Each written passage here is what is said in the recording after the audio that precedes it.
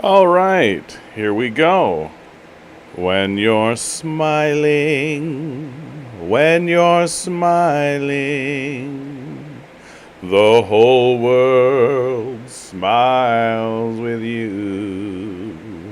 When you're laughing, yes, when you're laughing, the whole world laughs with you. Welcome to the Canadian Commie. Good to see you guys. For those of you who are just listening in, I am live streaming over on YouTube. I live stream there Tuesdays from 6 o'clock until basically whenever I feel like stopping. I'm talking to the people in my chat. If you would like to join in, leave a comment, ask a question, have me talk about any kind of random subject that you've got going on in your mind, just go to thecanadiancommie.com and you can join in what is happening. Hope you guys are all doing well out there. Oh yeah, and if you'd like to donate, please consider donating to patreon.com/thecanadiancommie. Gets you into the Discord, and I am working on adding other things to that project. Peanut Butter Beatrice, Eggs D, Leon, good to see you guys in the chat already. So there has been a change here at the Canadian Commie that I think I need to address pretty much straight away. I've already told the Discord about it, and Eggs D is asking about it, so I think I need to address it right away. Yes, we are moving down to only Tuesdays. The reality is that the live streaming schedule that I was keeping up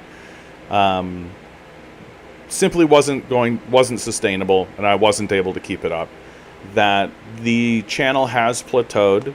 I haven't seen much growth this entire last year. That tells me that I'm not doing something correct. That tells me that something's not working. And the feedback that I've been getting from everybody and the strategies that I've been having to pursue basically tell me that if I want to see this channel grow, or if I want to pursue anything else, or if I want to be meaningfully involved in the conversation at all, then I have to pare back how much streaming that I'm doing. I've been doing like 9 hours a week for a couple of years now. It's a lot. It takes a lot of sacrifices, and it means that I don't get to pursue a lot of other things. And if the end result of that is that it's not actually working, then I have to make some decisions. And so that's the decision that I've made. I hope. But Leon is raising one of the points, right? Different thumbnails might make a difference too. Sure. Okay, great. When do I do that? At what time? Where? Right? And so here's a reason why that's happening. Because if I want to actually improve the quality of the channel, if I want to actually put thumbnails or add any information or do any of this kind of stuff, right? If I want to actually spread things around, make any clips, do anything, like literally anything in regards to improving the channel at all, okay, well, that means that we do less live streaming. And that's what it is. Like, that's just the bottom line. I'm one person doing this. I wish I had a staff. I wish I had 30 people helping me. I wish I had one person helping me. But it is as it is. And so, once again, the culprit is capitalism, right? To do this while simultaneously also trying to do like activism work, while also simultaneously trying to work a full-time job. Eventually there comes a point where you have to make some tough decisions. And so there's the tough decision. My hope is that the end result will be that, sure, there'll be less like actual live streaming, but that it will be surrounded by a lot more improvement in other ways. So that's my hope. So with that, all taken care of. Woke CIA Drone Pilot, good to see you. Eric Dragon, good to see you guys. Let's start the stream today with some good news. From the British Telegraph, the Houthis have defeated the U.S. Navy. Operation Guardian of Prosperity was launched in December 2023 in response to Houthi attacks on commercial ships passing through the southern parts of the Red Sea. The goal of the operation was to create a unified international bloc to deter the Houthis from further attacks and influence shipping companies, which had begun rerouting vessels around the Cape of Good Hope due to the risk and increased insurance costs. However, the problem is that this did not happen, and the Houthis were not deterred but continued to attack everyone and everything, reports the British Telegraph. With relatively little effort and money, they almost immediately achieved their desired goal of improving local influence and posing a challenge to international transport. And their narrative that they would stop attacks only if a ceasefire in Gaza occurred convinced only a small number of people. This led, in January 2024, to the initiation of Operation Poseidon Archer, when the US and UK began targeting Houthi objectives. Still, according to the British newspaper, Saudi Arabia had proven multiple times between 2015 and 2023 that attempts to disable the Houthis through direct strikes were like striking smoke, and this was once again confirmed. The situation was not helped by the EU forming its own breakaway coalition named Aspides. I'm sure that this is a word that, like, it's Aspides, and I'm dead certain that's probably pronounced like Aspides, to avoid being associated with the U.S. stance on Israel. The inability of the West to agree on how to carry out a relatively simple task did not go unnoticed by potential adversaries, and certainly by the shipping companies that needed to be reassured about maritime safety. Since January, Houthi attacks have not only increased, but also diversified.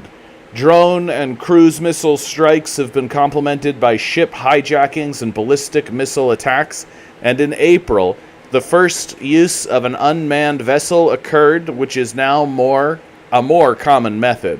Recently, the Houthis have also included light infantry weapons from fast boats in their attacks, and in the past few weeks, the number of attacks has increased from an average of 2.5 per week. The latest victim was the tanker Sunyan, flying under the Greek flag, which Yemeni militants attacked 4 times on Wednesday, causing a fire on the vessel. Telegraph reports that one of the French warships participating in Operation Espides came to the Greek tanker's aid, destroyed the oncoming maritime drone, and then rescued the crew and transported them to Djibouti. This would all be fine if the Sunyan was carrying 150,000 tons of crude oil, were not now abandoned between Eritrea and Yemen, as an attack or grounding could cause the 5th largest oil spill in history, notes the British newspaper. It is also not surprising that an EU mission vessel came to the rescue, as despite the modest resources of European navies, they are the only ones present in the area, given that there are no ships from Guardian of Prosperity within a 500-mile radius. Telegraph emphasizes that in May, when the aircraft carrier Dwight D. Eisenhower was present, the U.S. had 12 warships conducting missile strikes and escorting other ships. But currently, there are no vessels deployed in this part of the Red Sea. The situation was no better for the UK, which, at one brief moment, had 3 ships, and then just one, the HMS Diamond, and when it left, so did the British Navy. From London's perspective, the reason for the withdrawal is quite clear. The Navy does not have enough ships, specifically not enough in operational condition, while Washington's case is more complicated as the U.S. Navy has ships, but does not want to deploy them. However, the situation in the U.S. is not so bright either. Recently, there was news that the U.S. Navy plans to dock 17 auxiliary ships due to crew shortages. Additionally, the Western Pacific is without an American aircraft carrier since 2 carriers, with their strike groups, are deployed in the Middle East, but not in the Red Sea. The U.S. Coast Guard has no operational icebreakers, and the development and construction of new submarines and ships are behind the original plans. Despite this, the British newspaper assesses that the U.S. could certainly send ships to the Red Sea if they wanted to.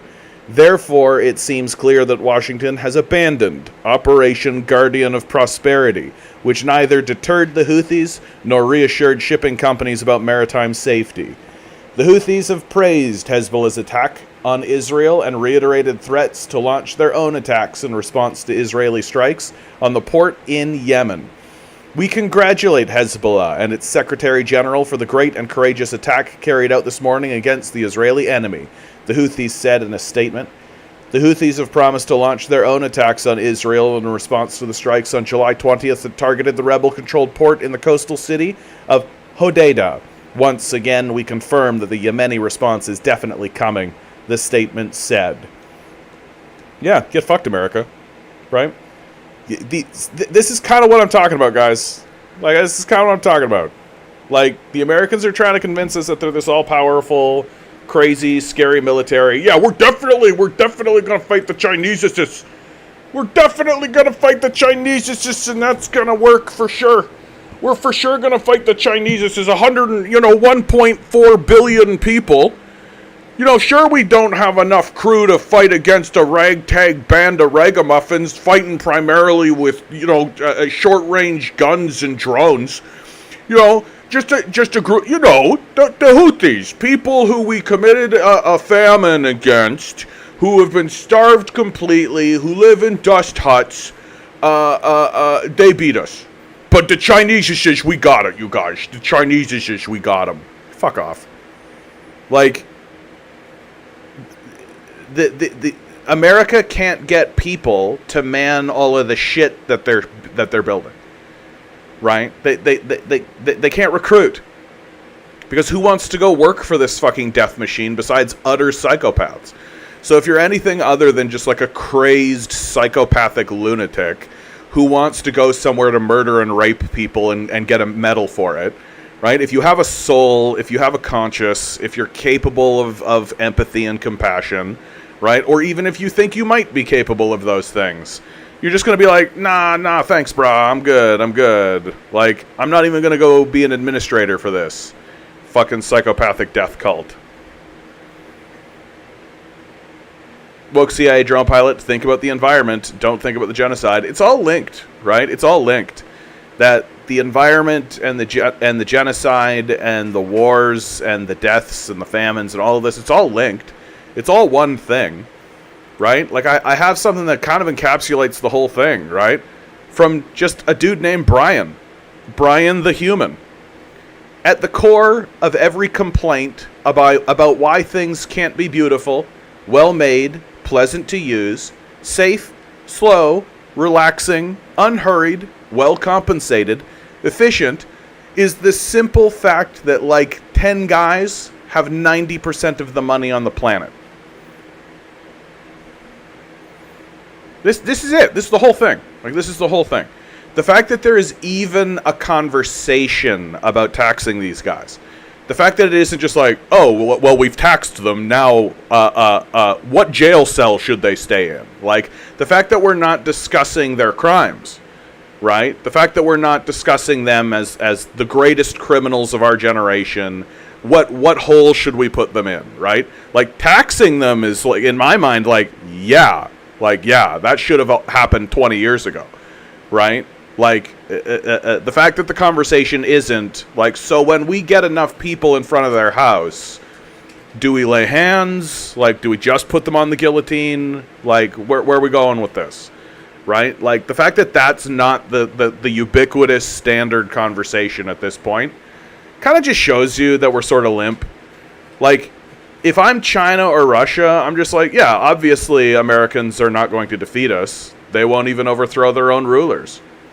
They're just compliant little piggies, just happily going off to the trough to get slaughtered. It's fine. Right? Like, we're not even having protests.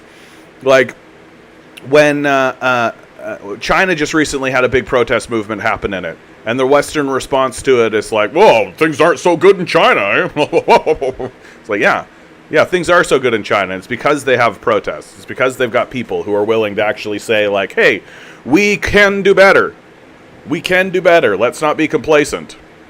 Well, what happens every single time we have a protest movement? They send the cops in. Yeah, that's right. That's right. Normal society being as normal as it possibly can.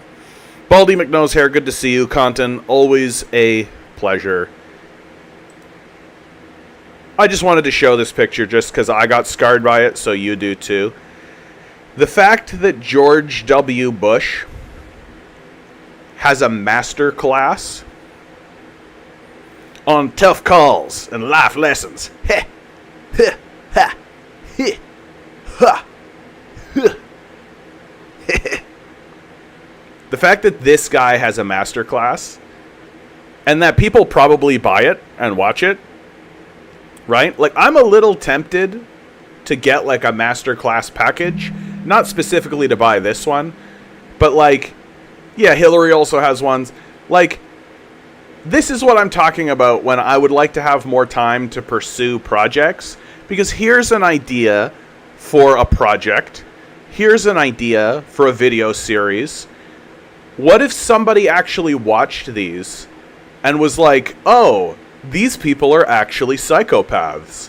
Like, take a look at what he says here. Did you know that he murdered 1 million people and nobody did anything about it? Like, the fact that these people, and this is what the culture does to us, right? They're going to do the same thing to the Gazan genocide guys. They're going to do exactly the same thing. They try to pretend like it was normal and everything was fine, right? Maybe they'll look back on it and be like, oh, you know, an unfortunate series of events. Hindsight's always 20/20, right? Like, that's the kind of shit these psychopaths will try to pitch at us. And then they'll make like homey little videos about like, well, you know, I was in a position of power at one point, and you got to make tough calls, and you learn some life lessons. Yeah, I'm sure you did learn some life lessons. Like, maybe don't just invade a country. They'll greet us as liberators. Mission accomplished.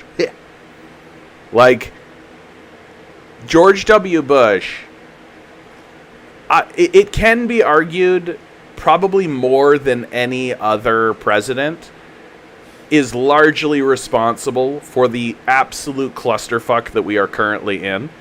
That, like, he's the spark that lit the kindling. Before him, everything was a little bit managed. I think there was like a managed perspective, you know, a liberal perspective.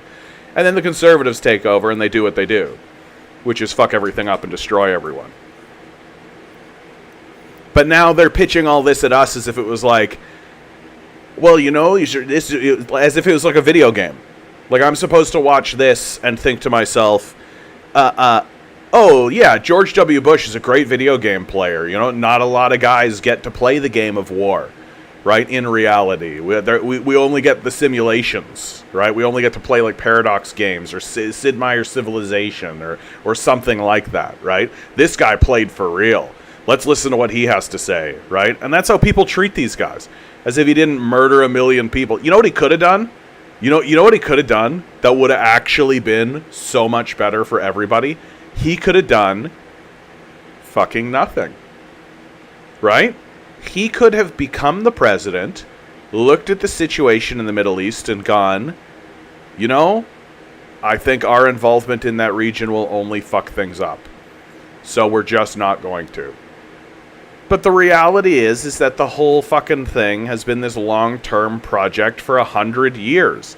The settler colonial project's been going on for like 100 years. And Bush came in there and was just like, well, we got this military base in the Middle East. We got all this shit going on in the Middle East. We're just going to continue it. And it's still going on today. Kamala Harris literally stood up at the DNC. I will always stand up for Israel's right to exist, and I will always ensure Israel has the ability to defend itself. Ha ha ha ha ha ha ha ha ha. Hope and change candidate. Don't worry, guys. Things are going to improve under Kamala Harris. She's not an ally of the Republicans. Not at all. Not at all. Eggs D says no one violates human rights more than the people who preach and lecture others about it. Yeah. A. Leon writes, a lot of time to learn about life lessons from inside a cell. That's what I'm saying. Right? Let's teach these guys some life lessons. right? Like, take all of the Exxon Mobil executives and put them in a cage somewhere, and they can learn a lot of life lessons that way. It's going to be super important for them. It's been super fun watching other commentators have, like, a little hope journey with the Democrats, right? Like, I never went on a hope journey, right? The entire time I've been watching other people take a little hope journey. I think the big one that everybody's going to point to is Hassan.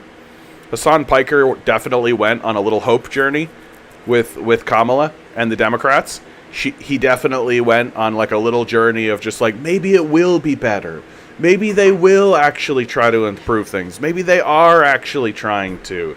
Like, every single time Kamala put any kind of, like, just anything on the table, he was just like, oh, maybe it's the truth. And he would, like, defend it as hard as he could. And then finally, when she stood up in front of everybody and was like, oh, by the way, we're still pro-genocide. We don't give a fuck about human life. Do what you're told. Go work harder. Right? Baldy McNosehair writes, that dude is so dumb. Or that dude is dumb. A big reason I'm bringing it up is that I feel like we should take the position of forgiveness. I think it's perfectly reasonable that somebody would take the hope journey, right? I understand. I myself would love to go on a little hope journey. That'd be wonderful if all of a sudden the Democrats were like, you know what? I think that the things that we've been doing have been inappropriate. I think that perhaps maybe how we've been acting isn't exactly helpful for our nation. So perhaps we should try a different set of policies. I'd love it. Yeah, I'd be here for it for real. But we here at the Canadian Commie completely understand that the reason Democrats say that to us is to con us into believing and getting on the hope train. That's what they're doing, right? And so, but it's because people want to believe it. That's why. People want to believe it. They don't want to believe the reality of what their country actually looks like. They don't want to believe that the system of quote-unquote democracy in America is over. They don't want to believe that America is a military police state with the old edifice of a democracy that only is permitted to continue moving forward so long as the outcomes are in the favor of the military dictatorship. That as long as the generals and as long as the military apparatus don't find it too cumbersome, they'll permit it to continue forward. And that's the reality of what's actually going on in America, which is perfectly obvious to anyone with a brain in their head. Take a look at the American budget.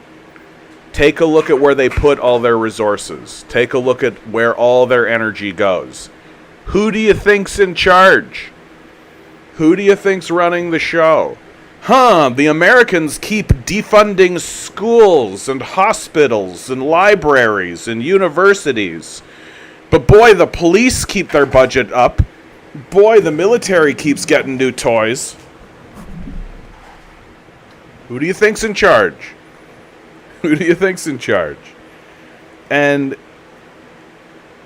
it's just a big reason why the American propaganda system and why American propaganda works and is as effective as it is. A big reason for it is because people want it. People want to believe. People want to believe that their country is good. People want to believe that they are part of a positive moment in history. People want to believe it. And they want to put their vibes in that direction. They don't want to collapse and they certainly don't want to uproot their life and do anything meaningful. Jeff writes, like, share, and join the Patreon. Thank you, Jeff. I appreciate that. Thanks for being here. Baldy McNosehair writes, do you think Canada is heading towards a police state? Heading?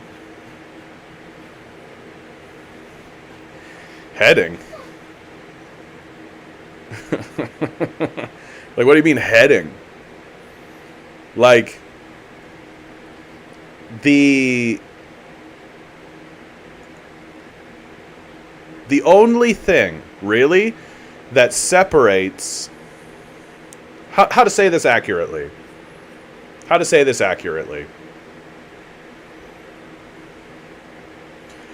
Canada's system of governmental controls is separated...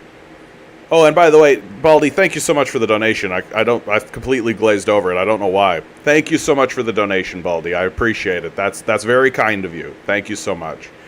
The only thing that separates the American system from the Canadian system is decorum, right? Is that the Canadian system has institutions in place that actually believe in the idea that the people who get into the position should actually be educated in the field that they are discussing, right? So to become a judge in Canada means being a lawyer for a long time, arguing many cases for a long time, convincing other judges who are currently judges that you should also be a judge. There's a long process.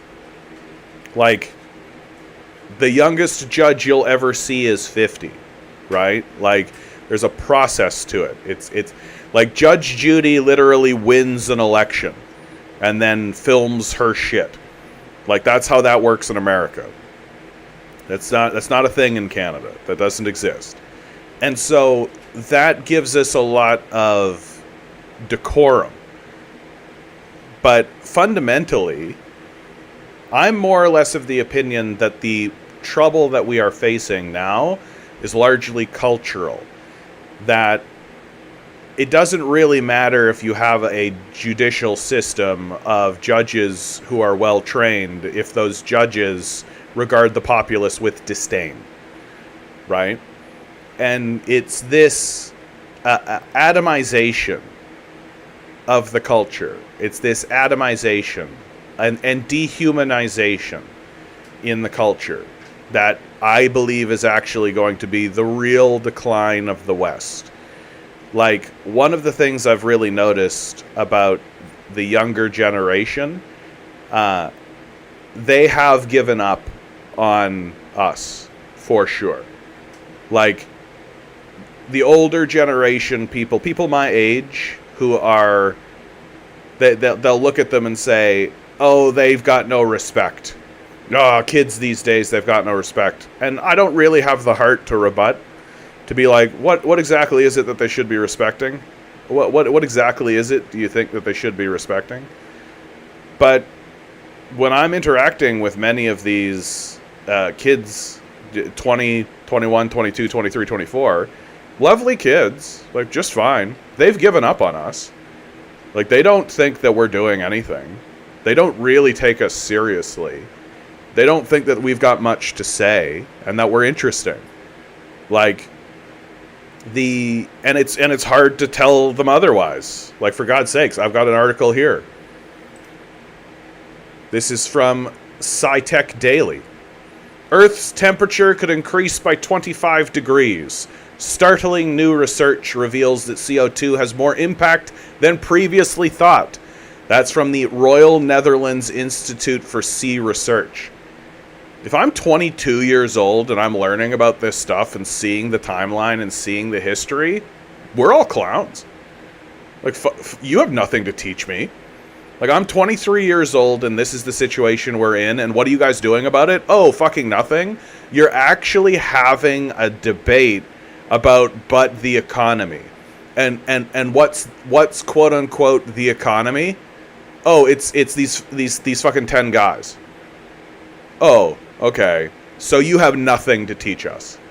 Like, you've got absolutely nothing. All the culture you've ever produced is garbage. All the music, all the movies, all the dance, Mozart, Beethoven, Aristophanes, Plato, trash. Jesus Christ, trash. Garbage, pointless. If this is the result, if the result of your quote-unquote culture is this, but by Die Mad, and it's pretty hard to make a case against it. It's pretty hard to look at these kids and be like, now what you see here, young man? You see here what? Get wrecked. So that was a bit of a long, winding road to loop it back to your original question, right? Do you think Canada is heading towards a police state? When America acts as a police state, it's basically explicit. Like, the mask is off at this point. They're not even pretending.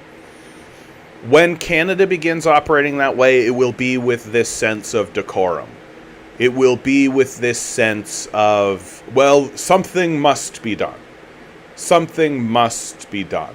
Because we have a clown prime minister who says clownish things. Let me see if I could quickly find the clown shoes bullshit. Oh, yeah. Justin Trudeau straight up tweeted out, "We're reducing the number of low-wage temporary foreign workers in Canada. The labor market has changed. Now it is time for our business to invest in Canadian workers and youth." What a clown this guy is. The idea that he thinks he can tweet this out and anyone will believe him. The idea that he thinks he can actually say this and be taken seriously. That he thinks he can say this shit with a straight face. While he has outright done we have experienced an increase in the usage of the temporary foreign workers system, the slave system that exists here in Canada, by a factor of 400% over the last year. And all of a sudden this guy's going, well, I'm actually going to do something good, actually. Ha ha ha ha ha ha. Yeah, right. Trudeau's cuts to the foreign worker program does not go nearly far enough. So what is happening here in Canada is that we are creating the circumstances and the situation for violence to occur and to take over. And then when it does, we will say, well, something must be done. Of course, something must be done for Queen and country. And then we'll pat ourselves on the back for, for bringing order. We need to focus on order. Even though we're doing literally everything we can to ensure that chaos reigns, right? So we've got a whole bunch of chaos worshippers talking about reining in and bringing in order. Well, how are they going to do that? With cops. That's how they're going to do that. And so when it happens in America, it's just straight out batons, head crack. I was told to do this by my boss. Hey, you, sit down. Yeah, these guys out here are just fucking animals. Yeah. And in Canada, it'll be more like, well, we just can't let people live in the streets, can we? That's how it'll be.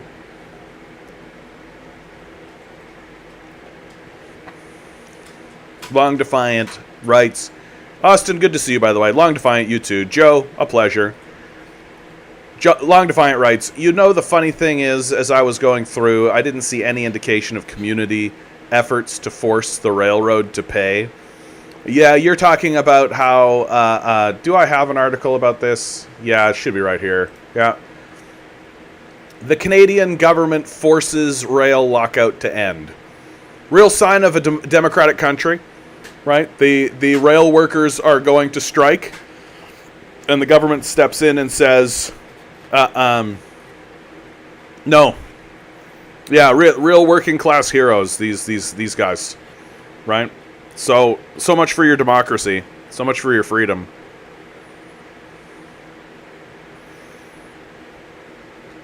Jeff writes, there's a cutout for migrant farm workers because we subsidize the extremely profitable oil companies, but can't subsidize the farmers so they can pay a living wage and provide our food. Priorities. Yeah, wouldn't it be wild if we actually just integrated our education system into our food production system? Wouldn't that be a wild idea? Hey, kids, you want to go, if you actually want to get your degree, if you want to be considered educated, you know what you should do? You should work for a season. For a season, a single season, one season on a farm. Right? Man, wouldn't that be the easiest thing that we could possibly do to integrate our systems into our society and solve a lot of labor problems? Wouldn't that be a real humdinger of a billywog, right?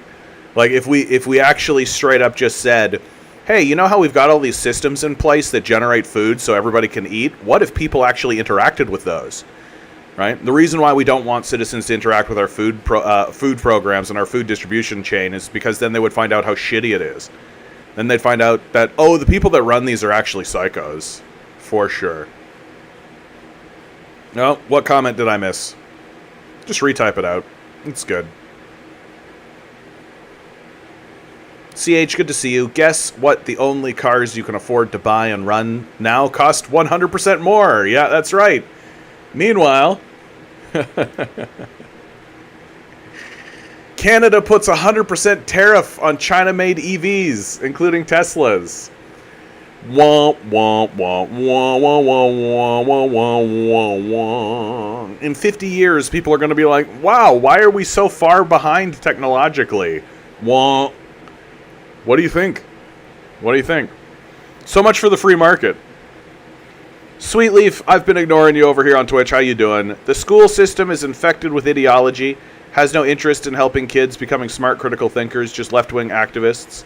Should be defunded. I wouldn't describe the school system as generating left-wing activists. I think that the school systems exist to breed obedience, pretty much exclusively, and to ensure that people talk about literally any other subject other than class.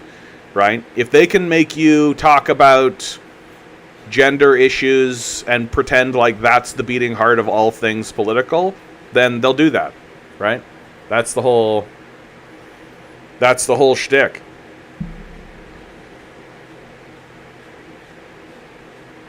Yeah, Trudeau is a communist, though. Oh, I forgot. You're right. Trudeau, the great, renowned, super powerful communist. Right, here's something actual communists do. Here's something real communists do. China hits Xi Jinping's renewable power targets 6 years early. There's some real communism right there for you. Like, if Justin Trudeau was a communist, he'd actually get some shit done.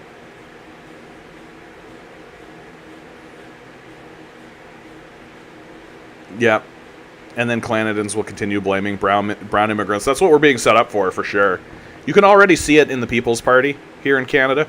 The People's Party only polls at between 3 to 5%, depending on the poll. But when the Conservatives become less Nazi adjacent or straight explicit Nazi, then the People's Party begins to pick up, and so that forces the Conservatives to become more Nazi adjacent. And of course, raising the immigration rates as high as they have, right, has only fueled all of this. CH writes, buying Chinese cars and upgrading Canada auto plants to sustainable agricultural robots was our best climate change. Yeah, I mean, yeah. Like, there's just so many things that we could be doing, and we're just not doing it because we just don't give a fuck, right? It really is just like 5 guys want more money. That's it. Joe writes, left-wing activists, he's got to be kidding. I mean, I assume that Sweetleaf is an American, and so in his mind, left-wing means liberal, right? He views Kamala Harris as the left because America has gone so dramatically far to the right that someone who's on the far right, like Kamala Harris is basically like she's further to the right than oh geez, like I'm trying to think of a really solid example. Like, she's further to the right than George Bush is. Like she's further to the right than that crew, than the neocons for sure, or at least as far to the right as the neocons. And so the idea that America has a left, like who are these left people, right? But if you don't have a larger perspective, if you don't have that larger historical perspective, if you don't have that, if all you really perceive is the moment you're in, right, and the information basically that from the moment you were born to this moment, right, then you can kind of fall into the trap of believing that Democrats are left, even though Democrats are far right and Republicans are like Nazis. It's just like, it's like picking between Mussolini or Hitler at this point. And it's not even hyperbolic. They both want to commit a genocide, right? They just don't want to commit a genocide against you. Yet.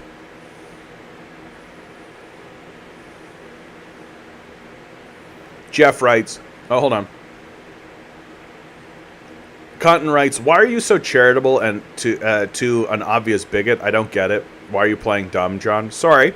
What did I miss? What did I'm going to be really honest with you, Cotton. If my whole thing was constantly shutting down people who did like passive bigotry, I don't think I would have an audience. And also, given my own personal history, I am pretty forgiving of it, honestly. Because, like, you got to meet people where they are. And unless you're outright spewing naked hatred, like, unless you're a Nazi, right?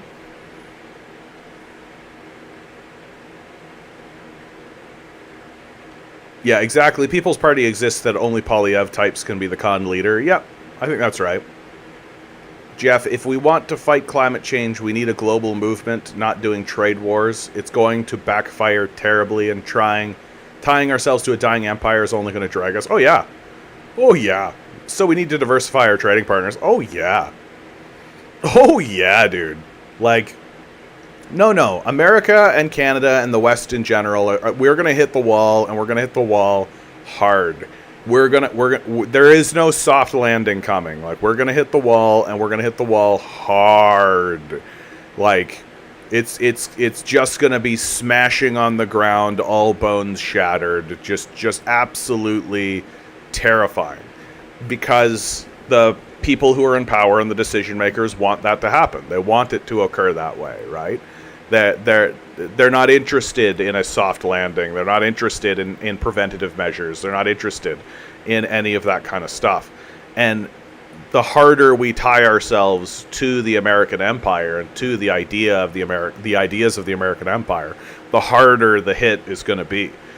And as we do everything we can to continue to destroy ourselves and continue, because like when we hit the ground, and the wealthy are already doing this. They're already consolidating power amongst themselves, right? They're already consolidating power in order to erect the new monarchy, right? Like so they're erecting the new monarchy, and it hasn't been officialized, right? There's no official monarchy yet, but that's what they're doing, right? The Gates and the Buffetts and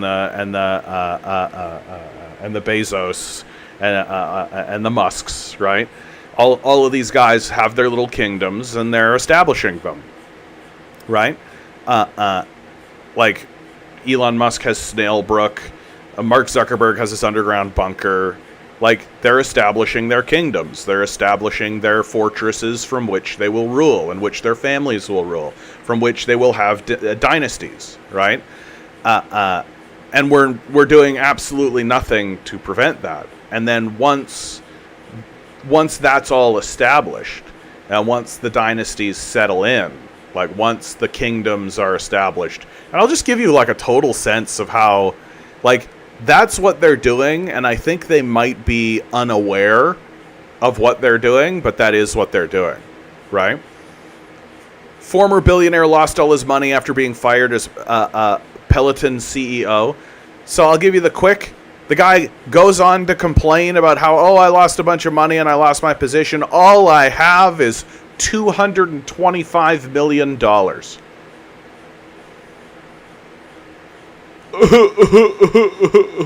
All I have is $225 million. Shut up, dude. Like, shut the fuck up. These people should be taxed out of existence. And when they cry, we should laugh at them. Like, oh no, bro. You ran the Pendleton Bike Company, right? We all know the bike company, and they experienced a big surge during COVID. Why? Because everybody was stuck inside. And so you rode this crazy wave upwards, and then you rode the crazy wave down, and then you looked behind you at the ruin that capitalism created on the wave that you rode, and you've got a big basket of money with $250 million in it, and you're crying about it. These guys are detached fucking losers. Just like the biggest losers you've ever seen in your life. I'll read the article, Joe. John Foley, the co-founder and former CEO of Peloton, went from being a billionaire to being broke after he lost his job. Foley told the New York Post that he was forced to sell his homes, and most of his belongings to make ends meet. You know, at one point, I had a lot of money on paper. Not actually in the bank, unfortunately. I've lost all my money. I've had to sell almost everything in my life, Foley told the Post. During the early days of the COVID pandemic, sales of Peloton's treadmills and exercise bikes surged as people found themselves stuck at home due to lockdowns. The company was valued at $50 billion and invested heavily in expanding the company. The success was short-lived, as bad press from injuries, death, and product recalls hammered the company.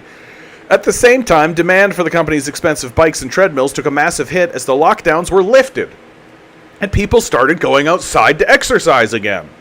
Then Peloton found itself faced even with more negative publicity after the premiere episode of Sex and the City's reboot, in which Mr. Big died from a heart attack while riding a Peloton bike. We were coming out of COVID, the stock was getting crushed, there was a leaker who told the press of pending layoffs, we had an activist in the stock, he recalled, who wrote the board demanding Foley's firing, and then the Mr. Big thing happens. It was brutal. It's only brutal if you think the line is only ever going up, you fucking dimwit. If you actually had like a realistic view and you're like, yeah, people aren't just gonna like stay inside forever though, right? Like this seems like a pretty unique moment. Like, you should have gone up, and then just, right? These guys actually think that this is just going to keep going, right? Foley was forced to step down as CEO in February 2022. Now Foley, who was once worth nearly $2 billion because of this freak aberration of just like COVID meets inside bikes, found himself with no job and $225 million in the bank. I used to have it all. A beautiful house, cars, a yacht, and now I still have those things, but I have less money.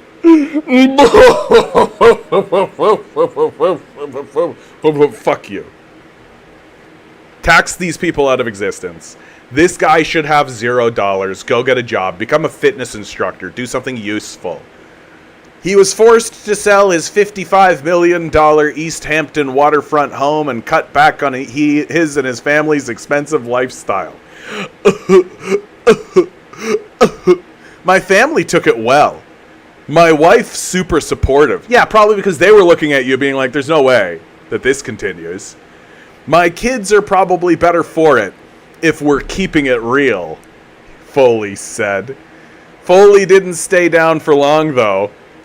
He started a made-to-order rug company at Ernesta and is hoping he can channel his early success at Peloton. I'm working hard so that I can try to make money again, because I don't have much left, he joked. And I'm so hungry and humble. Fuck this guy. Like, just, like, fuck this guy. Right? Like, I have no sympathy for this person. Like, he went on... If he had a bit... If I had read this article, and it had been, like, him talking about how, like, he took this crazy ride up and this crazy ride down. He's like, yeah, now I've got $225 million. What a crazy journey. Then I'd be like, yeah, all right. All right. You fucking madman. What? Yeah, because it is a crazy journey, right? The dude is literally selling exercise bikes. He's literally just like, hey, what if we took a bike and put it on a stand and then connected like a computer to it to keep track of how far you went? And it was like, oh, I guess that means you burn this many calories, I guess. You know what we should do? Put a screen in it so people can watch TV while they're biking. Yeah, we're thinking here at Peloton, right? And this guy becomes like a billionaire? Shut up. That's some freak aberration, such as, something happened that kept everybody inside. And everybody simultaneously, all at once, thought to themselves, now would be a good time to try to achieve my fitness goals. This is definitely going to stay this way forever. I'm never going to experience any decline whatsoever. COVID is the new normal. Everyone will stay inside. The inside days. And no one will go outside again. Like...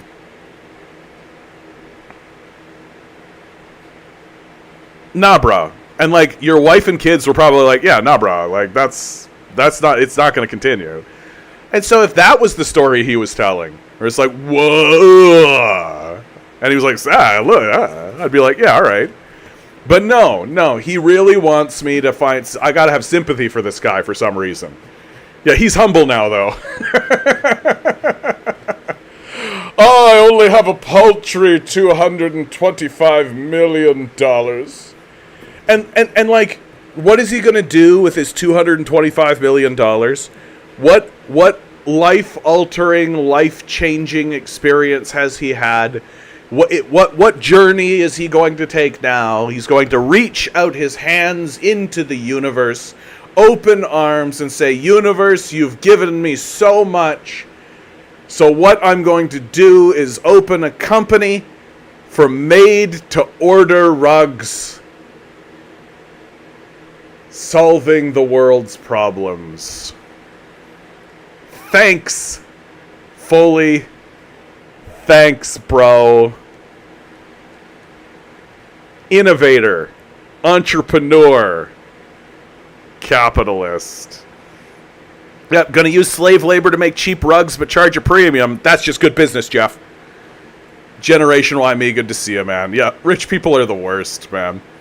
That's essentially gonna be the theme of today's show, I think. I have so many articles about how I'm supposed to feel bad for rich people. The system of capital is trying really hard to make me feel sympathy for these people. And I don't. I have no sympathy whatsoever. All of their problems are self-inflicted. And the solution to all of their problems is give your money away. I have absolutely zero sympathy for these people. And so when I see articles like this, I have to read them. Because they're so stupid. And nothing gives you a deeper insight into how pathetic these people actually are. That the system of capital, in the swirling zeitgeist of reality, right, and the structure of capital that exists within that swirling zeitgeist, these are the people who have been spit out to ascend to the top of this maddening hierarchy within the chaos sphere that is the free market. And it turns out they're just dimwits. They're just the least inspirational, least creative, least interesting people. And all they can do is bitch about how bad it is to be rich. Then give your fucking money away and shut the fuck up. Wealth can be pretty isolating. Problems that rich people face, according to therapists. Can money buy happiness? Contrary to what some may think, $1 million paycheck does not necessarily come with a problem-free pass. Yeah, you know what it does though? It sure takes care of your food and shelter. Sure takes care of the, like, you know, survival part of reality pretty cleanly. Be super nice if we had a society that went, hey, you know that whole survival part about reality? Yeah, we could just fix it. We could just make it so that's not a thing anymore. And then everybody could sort of focus on the things they'd like to focus on. And of course, what do rich people focus on? Oh, it's themselves. And what do they find out? What do they find out about themselves? That they're miserable little bastards. That they're just miserable people. Right? Because they are miserable people. They made all their money by exploiting everybody else. And then pretend like they're supposed to be these great entrepreneurs when in reality they're just the least interesting people alive. While wealth can bring with it some unconventional problems, such as being denied an invite-only Ferrari and accidentally destroying swaths of coral reef with a 300-foot yacht, most other problems that the rich face may not be as esoteric as we think. According to therapists that CNBC spoke to, more often than not, the super rich struggle with feelings of isolation, depression, and paranoia, amongst others. A spectrum of emotions that many others tend to share. Yeah, give your money away. Most people can't understand how rich people can have problems. They dismiss rich people's mental health concerns as insignificant and diminished importance. It is insignificant and diminished importance, right? You're literally writing an article in a newspaper about them. You're the one that's pretending like they're important.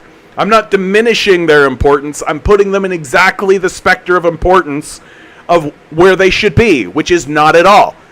They are not at all important, right? Just because the universe shat a bunch of money on them, right? Just because their dad gave them an apartheid emerald mine and said, have at it, son, doesn't mean they're important, right?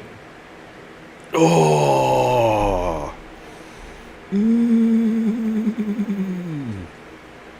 Number 1, feelings of isolation. A top problem that Hochemeyer's clients suffer from is chronic isolation. They live in such a rarefied place of the top 1% where there are very few people who share the realities of their world. So, if you are saying phrases like realities of their world, you're basically saying they're delusional. Right? They live in a manufactured world that doesn't actually exist, where they're disconnected from problems, and they get to, like, really think about how fucking stupid this is. They literally get to, they've been given the gift of creating and manufacturing their own environment. They can literally hire people to ensure that the space that they exist in is curated to their liking, and it turns out they don't like it.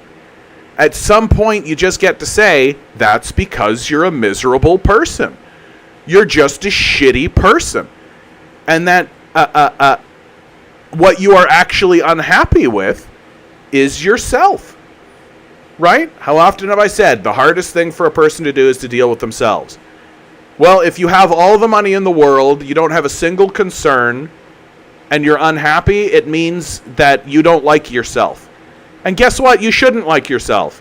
Because you've 100% made your money by exploiting other people. You are a miserable person. You've done nothing to help anyone ever. And if you actually wanted to solve this problem, which you can, the way to do it is to take your money and give it to other people. To just say, you know what? I have all this wealth. I should share it. And to go up to random people and be like, hey, would $10,000 help you? And most people, I think, would be like, oh, probably. Hey, would $1,000 help you? I don't understand how these guys do not walk around with a basket full of money, just like wads of $1,000, like 1,000, like take 20 bucks, 1,000. You guys know what I'm trying to say. Wads of $1,000 and just throw it at people. Just be like, here you go. Hey, you want $1,000? Here you go. Hey, here you go.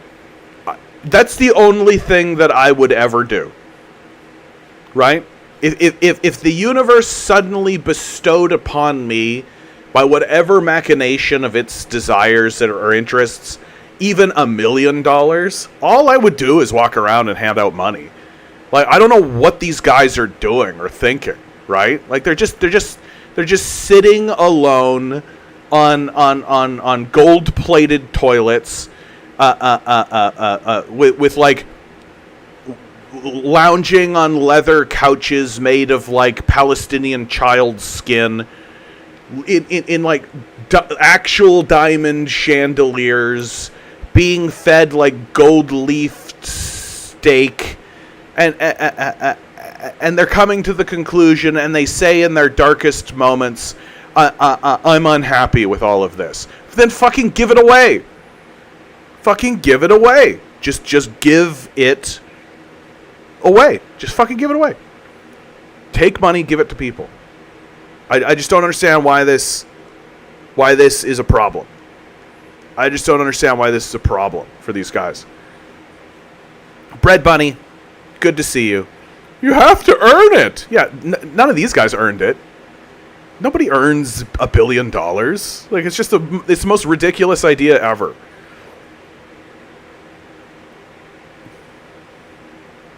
Bread Bunny, I promised myself that I would continue a thought that you had brought to my attention, which was, John. You said, John, what do you read or what do you recommend in terms of your perspective on things? And a perspective is the word, right? Perspective is the word.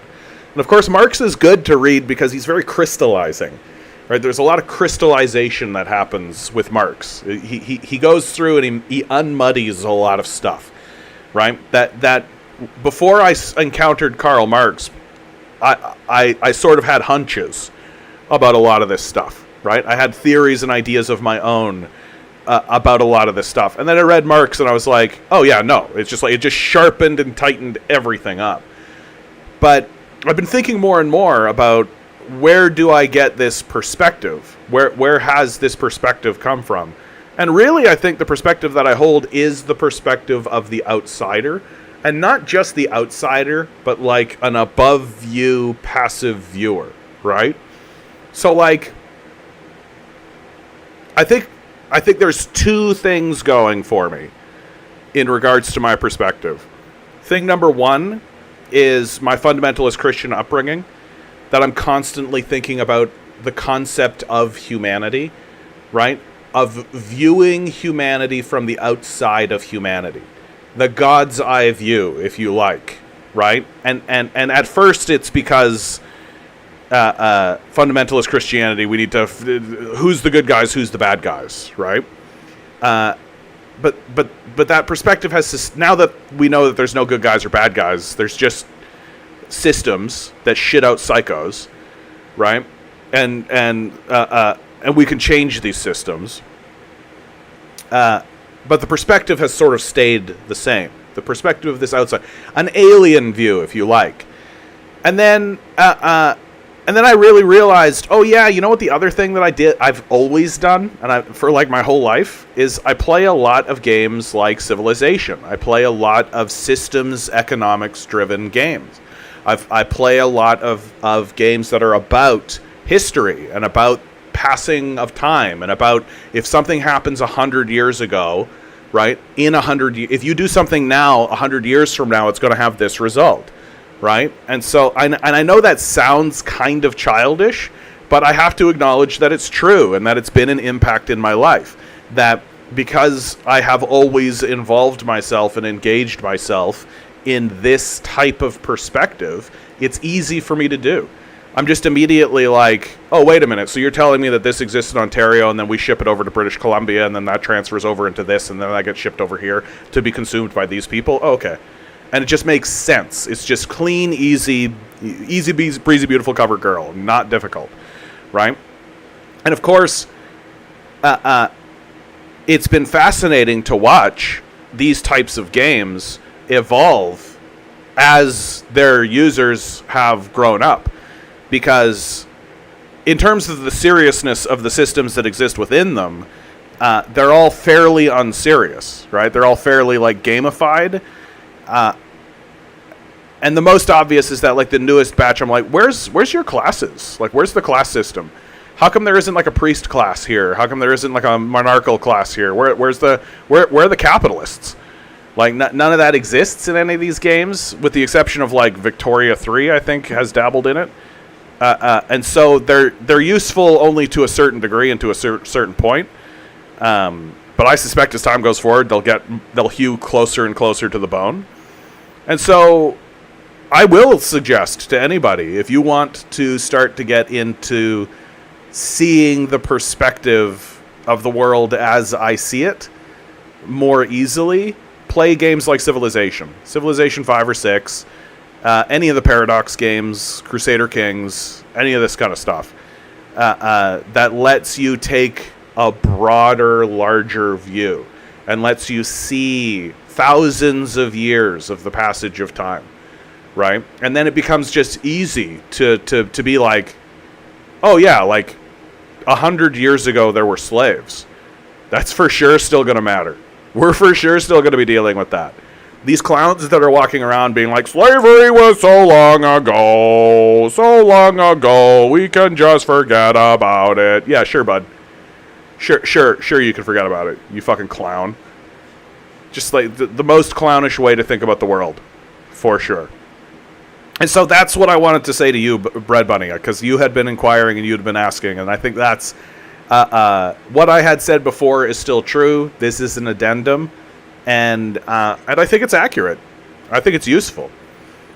Just to take a perspective that exists outside of yourself, to pull yourself out of the map, and then exist above the map.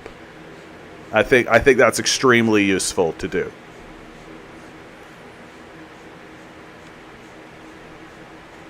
XD, about the wealthy. Don't you know they're doing God shit? You lowly mortals cannot begin to comprehend. Yeah, these guys sit on toilets and take shits like the rest of us. Yeah, dragon fruit, giving money to other people completely goes against their shitty ethos. You have to earn it.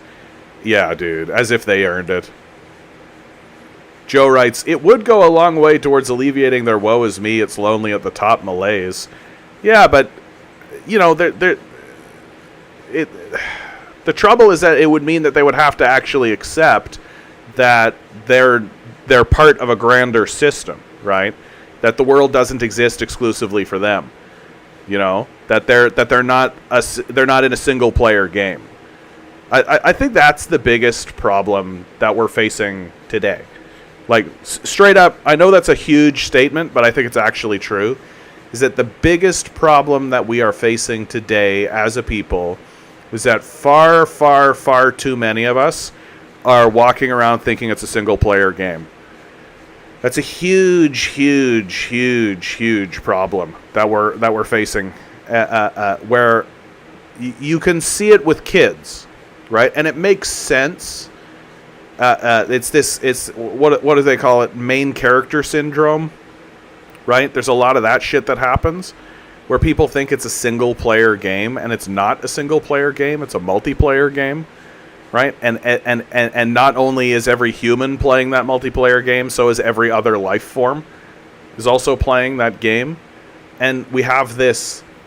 and what happens, right, is every so often, and it only has to be every so often, you get one of these main character syndrome, single-player game-brained people who become a major CEO of a major multi-million or multi-billion-dollar corporation, right? And you could take a look at, like, somebody like Mark Zuckerberg is a great example of this. Mark Zuckerberg straight up got into the position that he was in by betraying everybody around him, right? Like, as explicitly as it can be. Straight out just betraying the people he was working with and the friends that he had. In order to, so he sacrificed them for his power and prestige and wealth. That shows you that he thinks he's playing a single player game, and that he never cared about these people, that they were just objects for him to use, right? I feel like we've all interacted with people like this, that just like if they only really value you insofar as you entertain them, and that's it. Bread Bunny writes, honestly, John, I'll try that. Thank you. Which games do you most recommend to start? Honestly, if you're just like starting with that idea, Um, I gotta just say something like Civilization. Like, Civilization's the one that's been around, like, the longest. It's the one that's, like, been swinging at this idea the hardest, the longest. I'm pretty disappointed with how Civilization 7 looks. I think that they've gotten lazy. I don't think that they're actually trying to innovate the idea anymore, because the next generation of iteration is going to be classes. It's going to be accepting that Karl Marx's primary... Like, Karl Marx makes a very big claim, right? He makes a major, major claim, which is that human relations has been defined by the class struggle, right? That's a massive claim to make. That the primary driving force of human development has been the class struggle.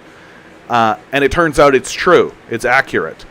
And so the next generation of Civilization-style games, or what's called 4X games, right, is delving into class dynamics, into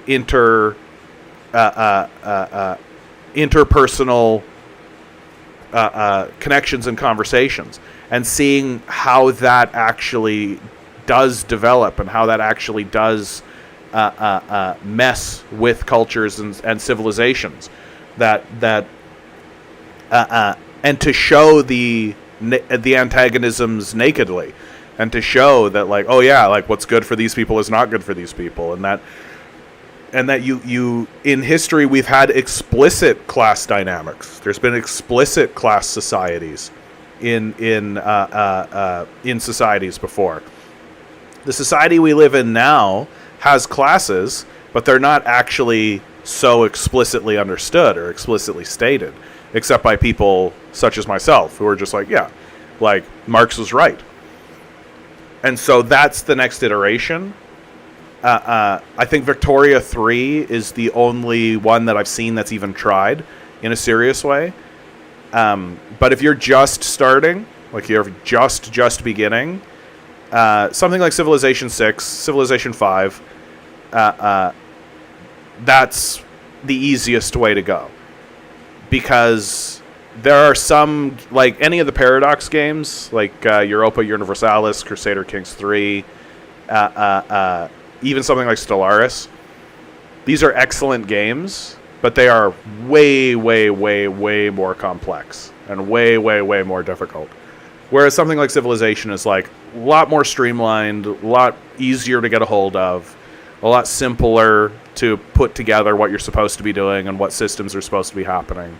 And really what it's about is it's about getting a hold of that long view. Getting a hold of the long view.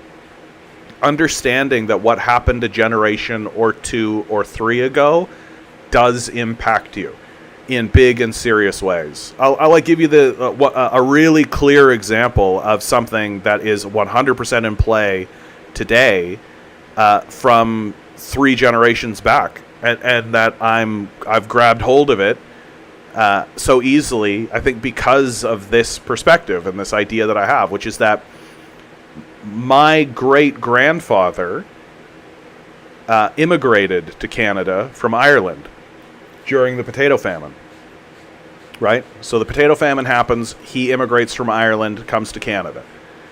He goes from Ontario to Manitoba, settles in Manitoba, because of the Canadian Dominion Act. He's given 360 acres of land for essentially free. He dies, right? So he parcels up the land amongst his 3 sons. So my grandfather had land in Manitoba. It wasn't going well for him, so he started a different business. Sure, my dad got involved in that business. They made a pretty penny doing that, right?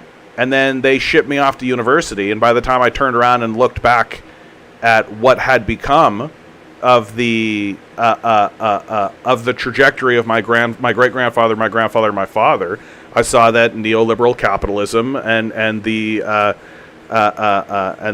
of neoliberalism had wiped them out completely, and all of the farmland had become corporatized, and all of the businesses had become corporatized and shipped overseas.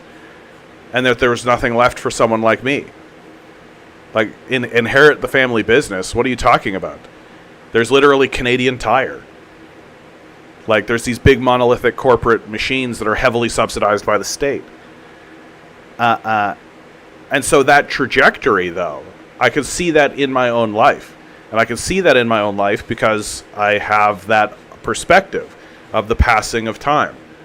And that I don't live in a vacuum. I don't live just, here I am, okay, blah, blah, blah. I'm connected to my father and my grandfather and my great-grandfather and my great-great-grandfather and down the line, right? There's a connection there.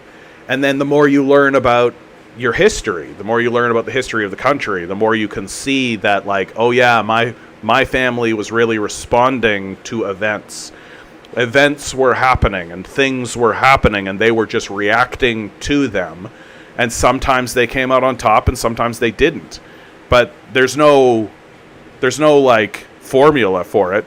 There's no like, well, these people came up on top because of X, Y, and Z. It's like most of the time the people who came up on top are the ones that just had the means to be able to do so.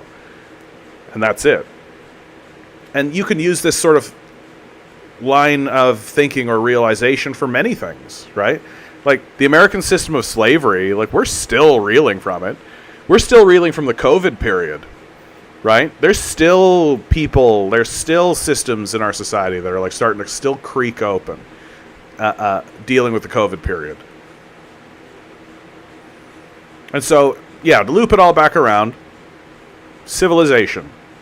That's the like dirt easy, not hard to recommend. Not the greatest in the genre, but definitely the most accessible. And with the longest legacy for sure. Dragonfruit writes, individualism is such a plague in Western society. It's inherently narcissistic, and it creates an isolated and depressed populace. Well, and it's incoherent. That's the part about individualism that I think gets me the most, is its incoherence. It doesn't make any sense at all. Like, it really only makes sense to a person who is completely self-involved. So like a narcissist, right? All you have to do is think about it for, I don't know, a minute to really realize just how backwards it is. Like, every human that exists is defenseless for a decade. Like, every single human being that's walking around on this plane of reality for 10 years or more is utterly helpless. That they're not an individual individualizing their individualism. They are a helpless little critter that is completely and totally reliant on not just their parents, but the systems that exist around them to protect them, to keep them safe, to keep them fed. For God's sake, a newborn left alone would die. Just straight. The most helpless being on the planet. And so for anybody to stand in front of me and say that the most important thing for us to be focusing on is individualism, all I really have to say to this person is, so you don't know fucking anything, eh? Like, you haven't even observed your own life, let alone society. Like, the first 10 years of your life, you were helpless. And if it wasn't for your parents and their friends and your teachers, you would be fucking dead. So take this individualism idea and shove it up your fucking ass. Get out of here with this bullshit. This narcissistic, self-involved, selfish garbage. Fuck off. Because even your own life disproves it. All of the evidence shows that it's total bullshit. And what you just end up with is these psychopathic billionaires and their narcissistic worshippers trying to justify their selfishness to themselves and everyone else around us. Because if we allow it to be normal, then it will be normal, right? Even though it's utterly incoherent and doesn't make any sense at all. Eric, Eric writes, and now that I've caught up, lately I've been debating people who try to bring nuances into conversations while completely ignoring the class struggle. I was debating a fascist. There's your first mistake. Libertarian. That is what I started to call right-wing libertarian. Yeah, libertarians are fascists, pretty nakedly.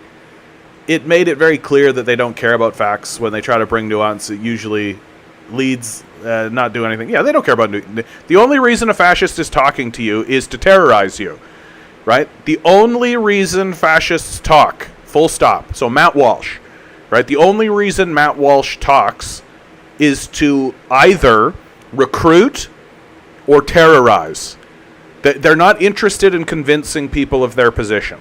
That's not what they're there to do. That maybe the nicest thing that they'll ever do is just try to confound you, right? So that they can snicker with their friends later and laugh with one another about how they really flustered you, right? Eric writes, when liberal Zionist tries to bring nuance, there's also the same thing. There are times that nuance is important, but some basic yeah. If you're going to deny the existence of the foundation, like you can't build a nice nuanced structure in the middle of the sky, right? You need a foundation. And so it's interesting how these fraudulent liars and these people who are utterly detached from reality are really trying to delve into nuance while rejecting the fundamental facts of the situation, right? It's just a retreat position for a coward and nothing else. These people are violent serial killers, cheerleading for genocide and death, trying to find a way to either get you to shut up about it, which they're fine with, by the way, anything they can do to get you to shut up about it, or to convince you, right? If they can convince you, recruit you, right? They will. But if they can't recruit you, then they'll just get you to shut up by terrorizing you, right? Yeah, nuance. No, I mean, the Nazis themselves explicitly said how to defeat them. Just smash them. Just smash them. Like, none of this bullshit. None of this bullshit. They're not negotiating in good faith. They're not debating in good faith. They're not interested in debating in good faith. They're not interested in having a conversation, really. Right? They're not interested in accepting. They just want you to let them keep killing children. That's it. And we've gotten ourselves into a position now where we're straight out sitting there being like, well, I mean, I guess they are baby killers, but there's got to be a lesser of two evils in there, Okay, champ.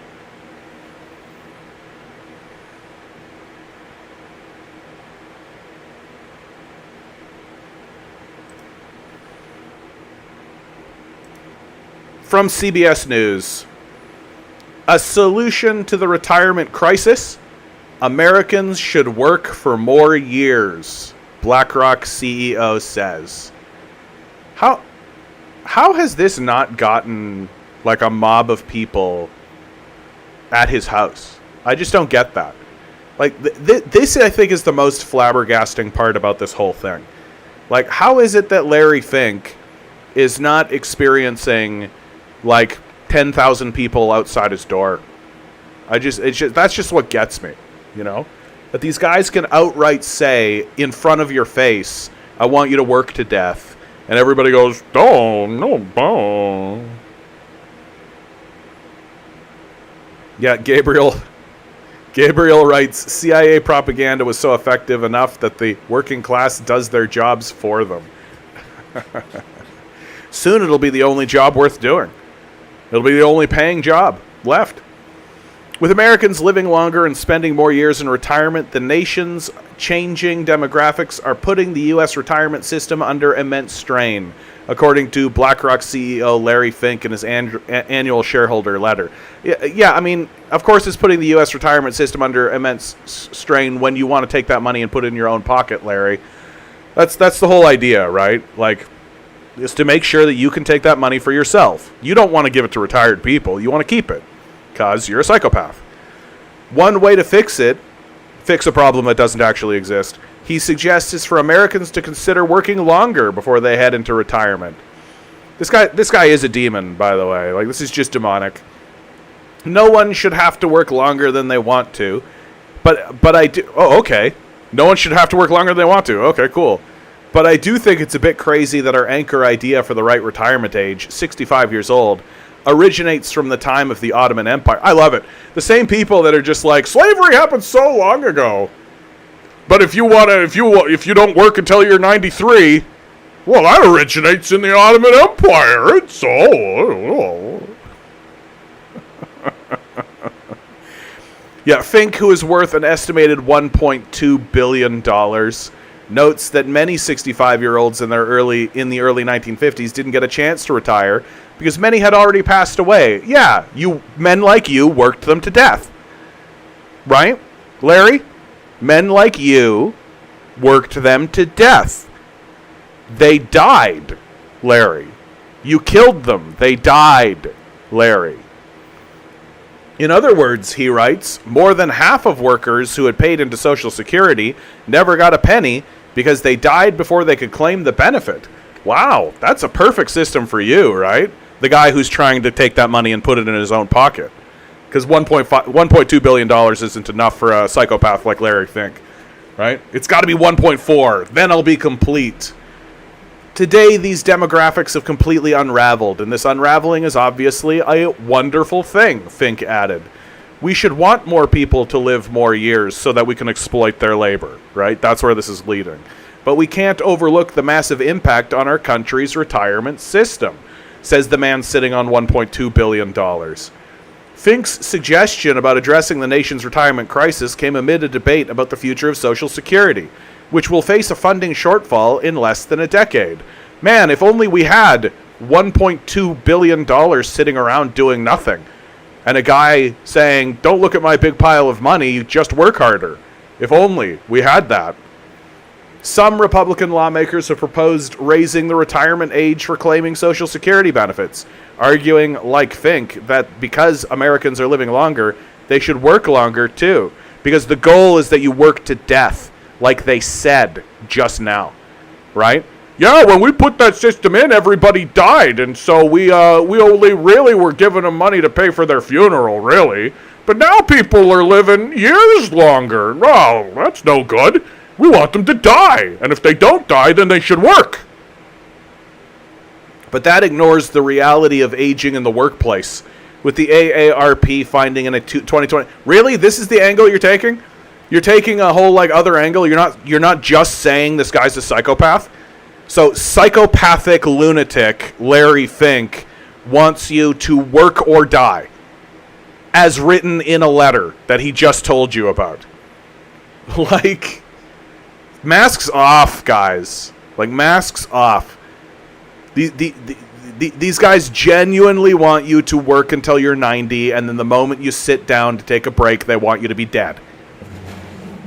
They're writing letters about it.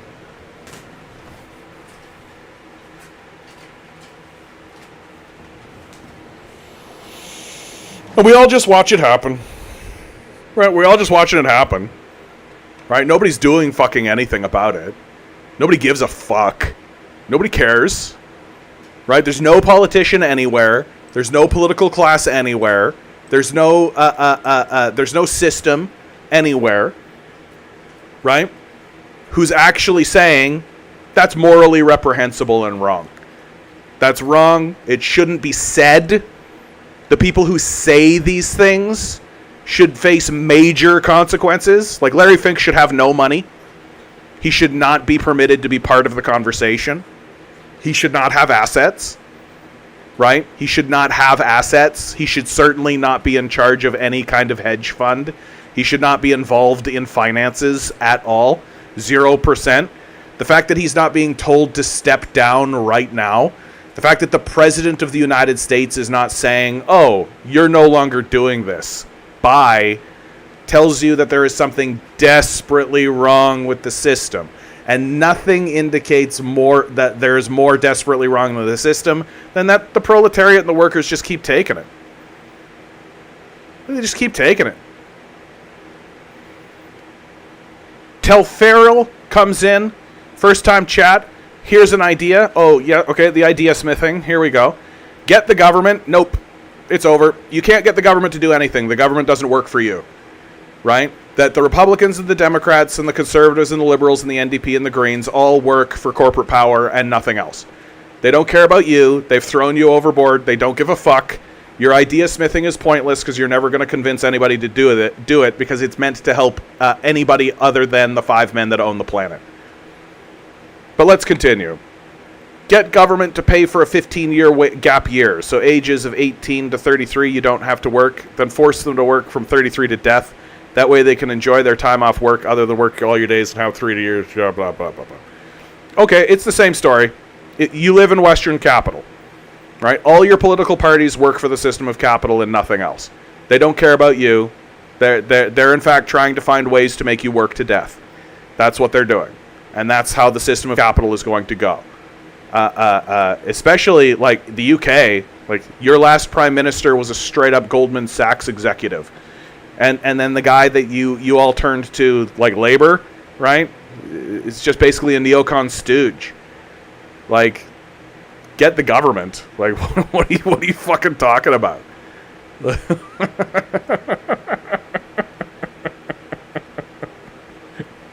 Sorry, I'm coming on hot, bud, but like,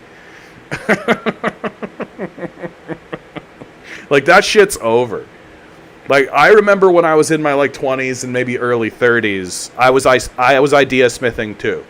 I had this idea. I used to be a big proponent of the basic income, for example. I, fought really hard for that for a while, and I was involved in meetings and all of this because I was just convinced that it just has to be that this is a misunderstanding, that there is obviously a better way to organize this.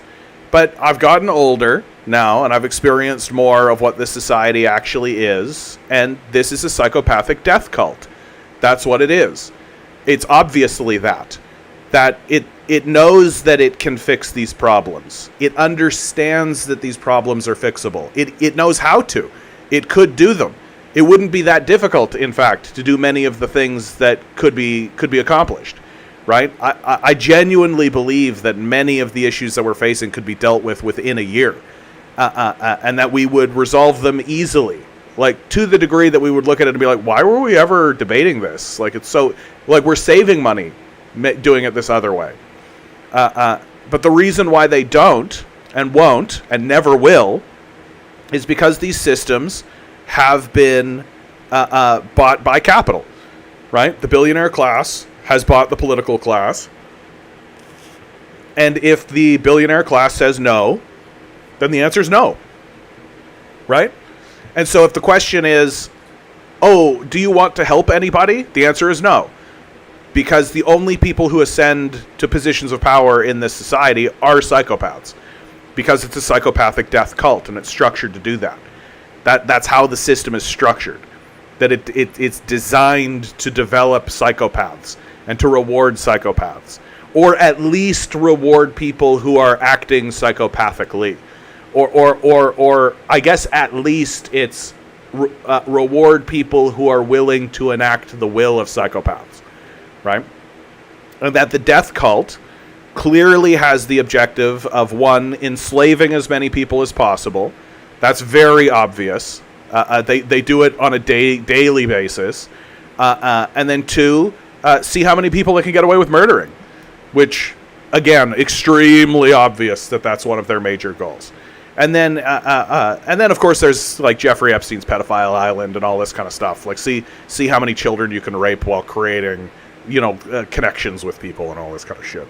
These people are demonic, vampiric, evil ghouls, and that my show exists specifically to give people a wake-up call and a shake of the head to say, no, it's over. It's fucking over, bro. It's done. Labor, the Tories, all these guys, it's finished. There is no such thing as an electoral system in any capitalist society anywhere. You have no electoral system. You have a television show called electoralism. And as long as you believe that it's real, they'll keep putting it on. And as long as it continues doing what the owners want it to do, they'll keep pretending like it actually exists. None of those people make any decisions. None of those people are important. None of those people matter at all. Like, you think Nigel Farage matters? Nah. Nah, brah. What do you think? You think, what was his fucking name? Boris? You think he matters?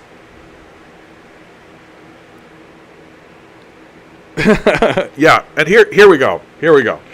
Labor are starting to become more of a commie party from what I have read. Propaganda, propaganda, propaganda works. Propaganda, propaganda, propaganda works. It's why they do it every day. It's why they put it in your face. Because propaganda, propaganda, propaganda works. Imagine believing that labor are commies. Here in the down in the United States, Trump is constantly calling Kamala Harris a commie. I constantly show it on the stream about how she's a commie, she's a communist, she's a commie, she's a communist, she's a commie, she's a communist. Imagine believing it. Because the goal is to try to get you convinced that labor and the Tories are actually antagonistic with one another, when the reality is, and has been for decades now, that they are allies. They are good friends. They go to dinner with one another and hold each other's hands and give each other pecks on the cheek and stare lovingly into one another's eyes. And then the Tories will say something like, I don't much care for the queers. And Labor will go, oh, you. And that's the only argument they ever have.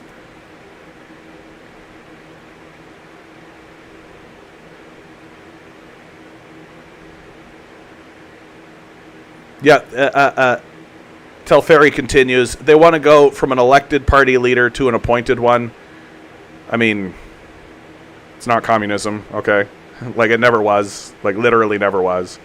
Like, Joseph Stalin was elected, right? So it's up to the big boss who gets to lead them instead of members voting for the leader. Yeah, but like Labor parties and the Democratic Party, they need to do this now, right? They need to do this now because they have no credibility left, right? There's no such thing as a democracy in a capitalist country. It doesn't exist. It's just a game show at this point. That's why a game show host won. They are trying to empty prisons to fill it up with right-wing protesters. Seems a bit like Putin in my book. Tory and Labor are two sides of the same coin.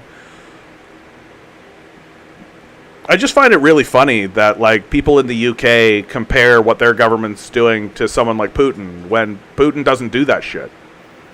Like, it certainly not on the scale that you do, right? Like, the UK and the United States and the system of capital is descending swiftly into fascism. Very, very swiftly. That, yeah, Putin's got like a strong arm thing going on for sure, right? He exists within a oligarchic period, no doubt. But he can't do the shit to his citizens the way that the UK does to their citizens, and you guys just take it. And what do? You go after your soccer games and you take it out on each other at the soccer game. And you're fucking soccer hooligans, instead of showing up at these people's houses where you should be showing up, right? Where are you showing up? Soccer games. Beat the shit out of each other there. Get fucking wasted there.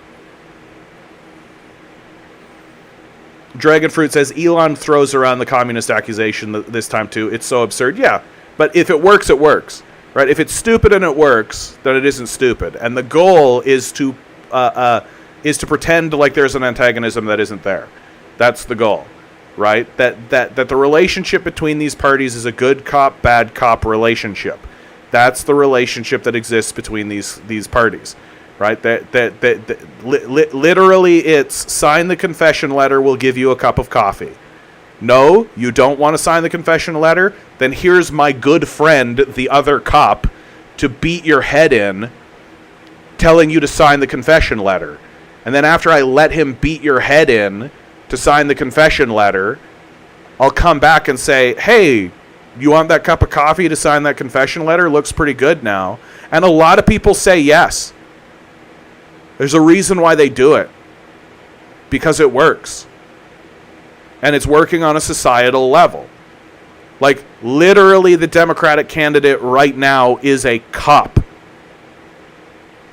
And the Republican candidate is a game show host.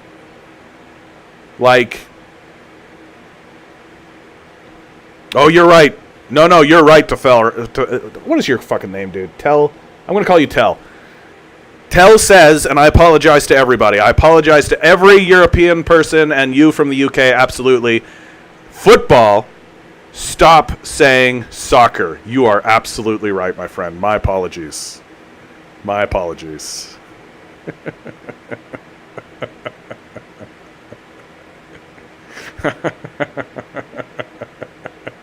He's even got like a little angry face emoji. Hey, we're talking politics here, but hey, that's some football right there.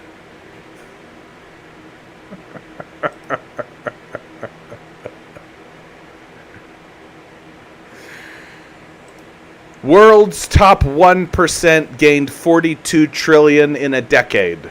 Taxes at record low. Oxfam. Who's actually in charge of all this? Right? Who's actually running the show? Right? Like it's not fucking Kamala Harris. Right? All they really want from people like Harris or Biden or Obama or Bush is to walk out on stage and make a speech. That's literally the only thing that they do. They don't make decisions. Right? They don't have ideas. They don't have thoughts. They are yes men for the apocalypse. That is what they are. And nothing else.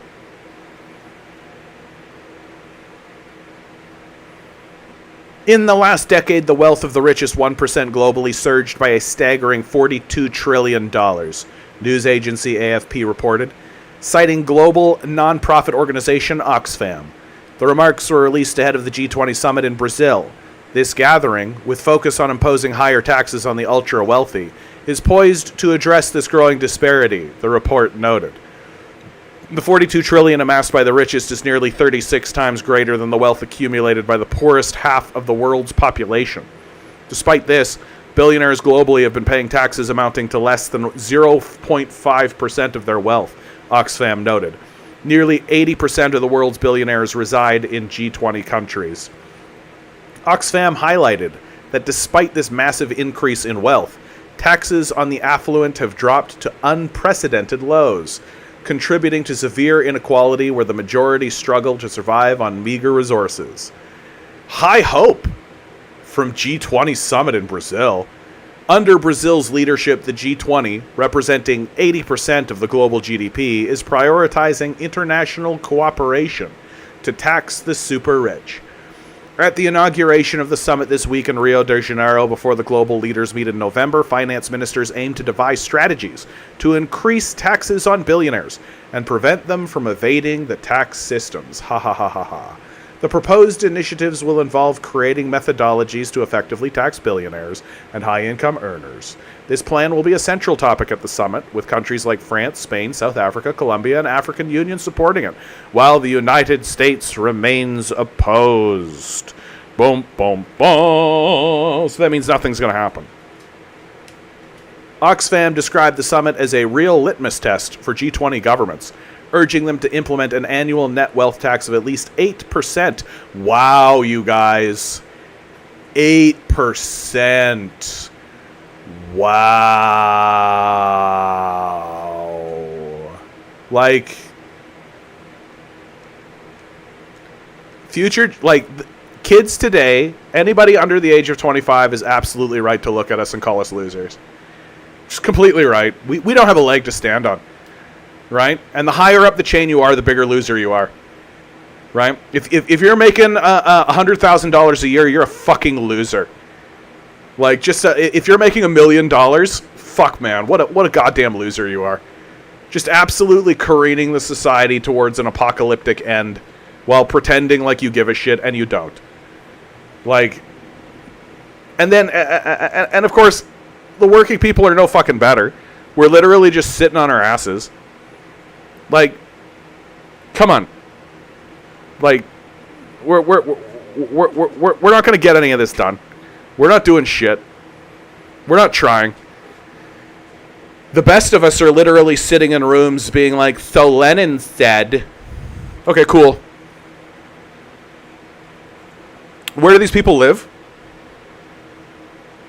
What are their addresses?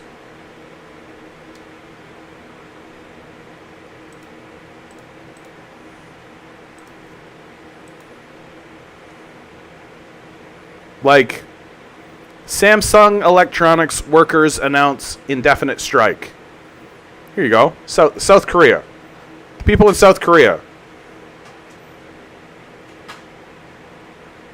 The collective bargaining between NSEU and Samsung Electronics reached a deadlock earlier this month as the company refused to agree to the majority of the union's demands.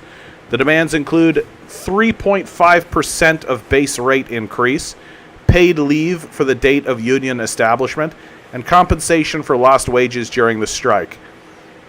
So, like, literally, like, really, like, think about how stupid this all has gotten, right? Here's a group of people who are literally saying, look, we just think that our wages should go up with inflation, basically. Right? They want a 3.5% base rate increase. Like, that's it. Like, we're not even talking, like I just read an article where they're talking about, we're going to raise taxes on the billionaires by 8%. Well, these guys are only asking for 3.5. Like, we're just happy asking for total crumbs, man. We're just totally happy just asking for complete and total crumbs. Like, we're just so gulled. We're just so bought in to this entire system, to this entire idea that capitalism's the bee's knees. It's the way to do this. The owners it makes sense that they own these places that they couldn't find on a map. It makes sense that they exist in these ridiculous situations. Meanwhile, you find out that they literally inherit their wealth from their dad, who built everything in the place with slave labor. I don't know. I'm just, like, baffled. I'm just constantly in a state of being utterly baffled.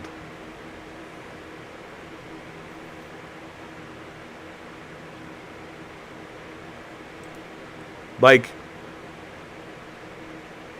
doesn't anybody want to do anything about it? Isn't there anybody who is like, hold on a minute. It doesn't make any sense that Galen Weston owns Loblaws. Like, that doesn't make any sense. He didn't build it. He wasn't around. He wasn't involved in it. It was his dad that did it all. So what? We're just doing, like, the divine right of kings up in here? That's what we're here for?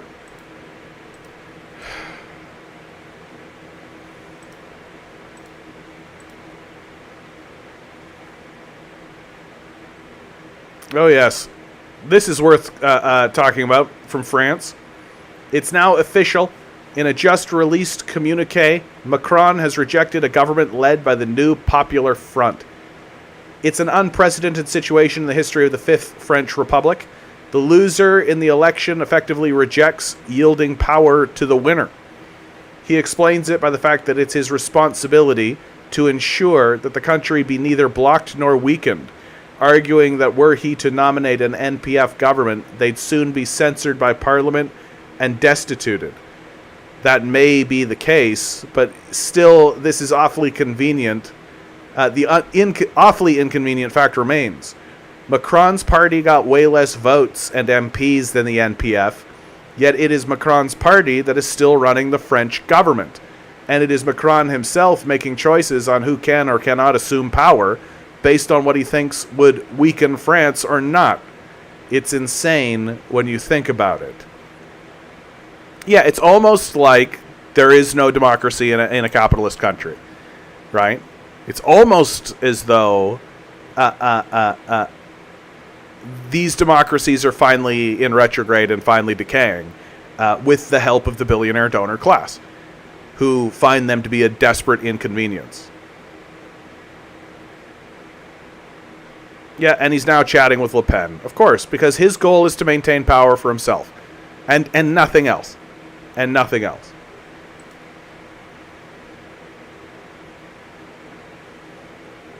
And of course, a statement from the Communist Party of Canada: the way forward is for the Venezuelan people themselves.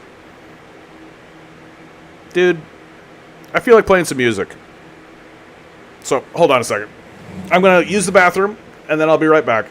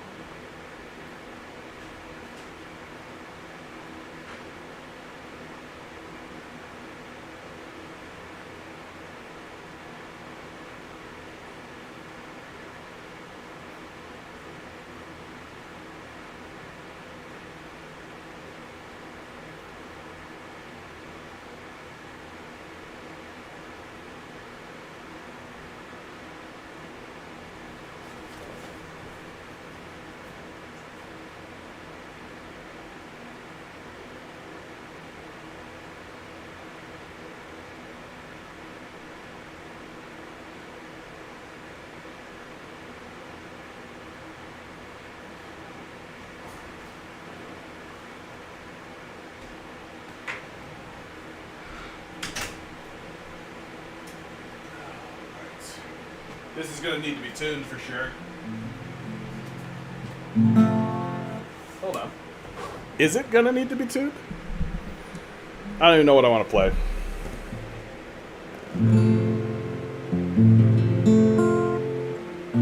You know what's so dumb about YouTube? Is that I can't play, like, covers of anything. If I play a cover of something, they demonetize my channel. And it's like the dumbest. It's like I talk about all the time about how we are destroying our culture and how there's like a non-culture in this place. And for sure, one of the major ways we are destroying our culture is we're taking these digital spaces that we live in, and we're saying, oh, if somebody plays a song that somebody played in 1974, then we'll demonetize the thing, instead of saying, oh, that person played a song that guy played in 1974. Let's take any proceeds that person made, so however many pennies you're talking about, right? And pass it off to the person that made the song, right? That way everybody gets to continue playing the music, right? It doesn't matter how big they get or whatever they're doing, right?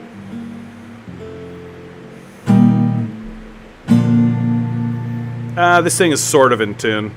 Good enough.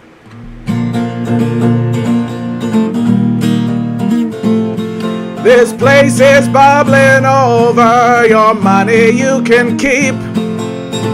Rather while away my days dying in the streets than spend another moment sucking up to you.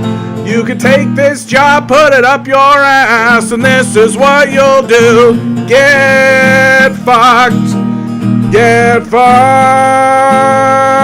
I didn't want this goddamn job anyway. Get fucked. Get fucked. You fucked around and found out. Go go away. Just go and get a job that doesn't pay the rent. Go get an education, drowning all your debt. The billionaires don't give a damn how hard they're screwing you. So let's all send a message and tell them what to do. Get fucked. Get fucked. I didn't want this goddamn job anyway. Get fucked. Get fucked. You fucked around and found out. Go away. We're all in this together as long as you do all the work. Slave away your better days making money for some jerk.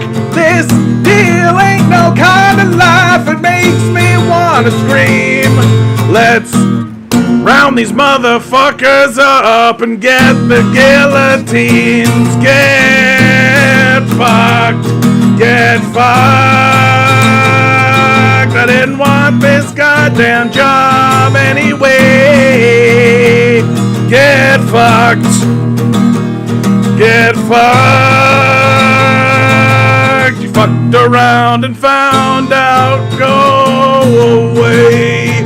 Yeah, you fucked around and found out. Go away. Yeah, you fucked around and found out. Go away.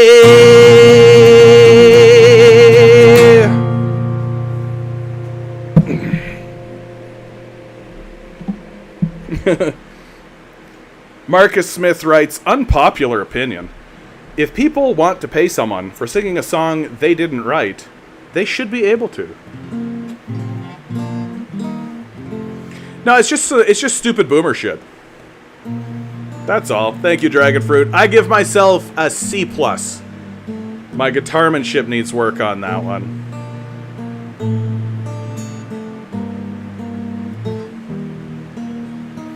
I was just a little boy when my mom and dad divorced. Through my tantrums, cried my tears, I'd keep their vows by force. Now that I'm an older man, I see it had to be this way. And my love for them, it keeps on growing each and every day. Time passed me by so swiftly, I could have been a better man. Every day I'm trying to do the best things that I can. And though they're not the people I expected they would be, well, I love them all the same. And I just want them to be free.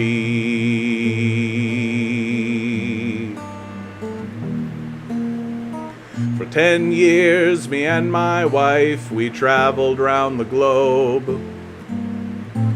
Sacred vows and shared regrets, they filled our lives with hope. Then one day she tells me that a man is not for her. Well, those 10 years are a memory now, and my love for her still stirs. And time passed me by so swiftly, I could have been a better man. And every day I'm trying to do the best things that I can. And though she's not the person I expected she would be, well, I love her all the same, and I just want her to be free.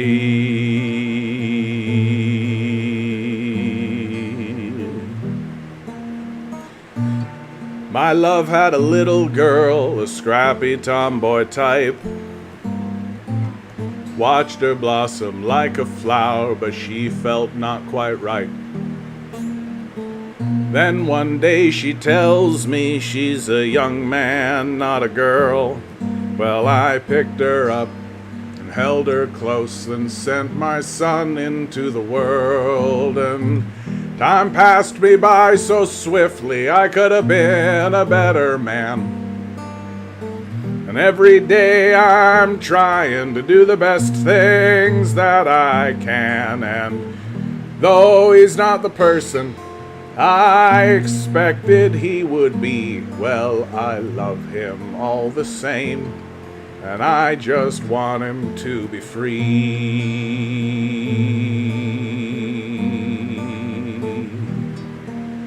And though they're not the people I expected they would be, well, I love them all the same. And I just want them to be free.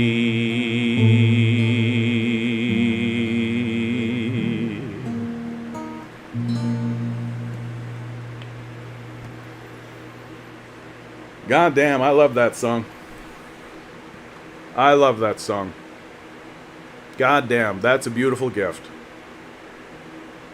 That is a beautiful gift that I've been given. Oh. I gotta keep reminding myself about some of these songs. Marcus writes, singing just fascinates me because my voice is only capable of talking. That's not true. Everybody sings. You're just comparing yourself to, like, the greatest singers that have ever lived.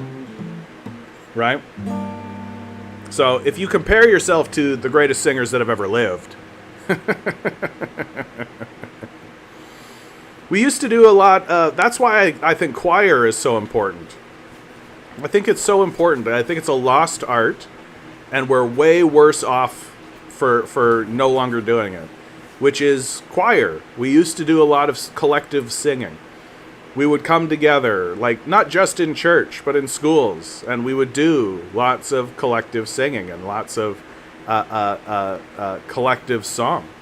And what's great about singing in choirs, and what's great about that, is that it doesn't really matter. It doesn't matter if you are not very good, because it's the collective voice rises up. Marcus also says, my voice is borderline a bass and no commercially popular songs are easy to sing along to. You just need to tune it down. My guitar is tuned down a single step because all of my songs, I could sing them at the normally tuned rate, but if I tune my guitar down one step, every song is much, much easier for me. It hits, instead of being at the very top of my range, it's just one notch down from it, and it just means that I can hit the notes with clarity.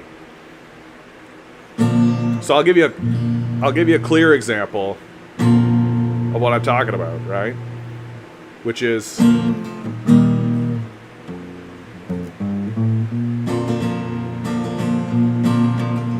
these times they are uncertain, of that there is no doubt, and nobody can tell. You know what? I'm not going to sing this song. I'm going to tune this guitar. Give me a second, guys. Sorry. I should do that. As you can tell, we here at the Canadian Commie are a professional show. We are a professional show, and we have professional standards.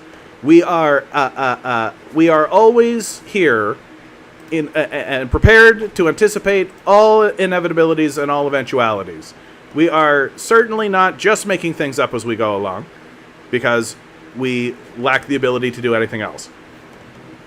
So, if you will tolerate, that's actually right on the money.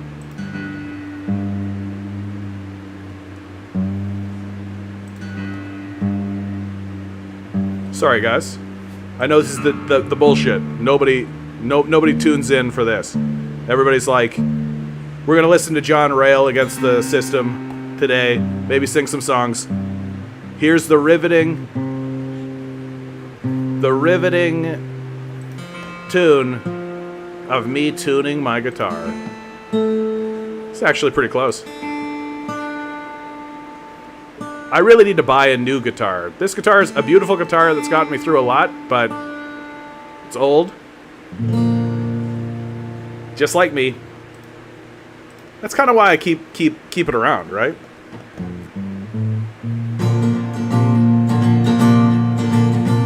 These times they are uncertain, of that there is no doubt, and nobody can tell me quite what it's all about. The heartbreak and the loneliness, the chaos and the fear will make even the strongest cry, I wish my ma was here. A young man on a battlefield fights for a rich man's gold. The bullet cracks into his spine, he knows he won't grow old, and as the tears come streaming down, at once his mind goes clear. The war was fought for nothing, he cries, I wish my ma was here. A lively story well in hand, a joke to soothe your soul, and when it came to arguing, she'd forgive and let it go. When I cried, she held me, told me it's okay, my dear. And as we face these darkened days, I wish my ma was here. And as we march into the streets, as all the righteous do, we'll raise our voices to the skies, they cannot stop the truth.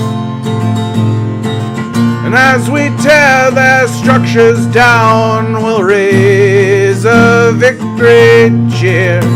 We made the world a better place, and I wish my ma was here. Yeah, we made the world a better place. I wish my ma was here.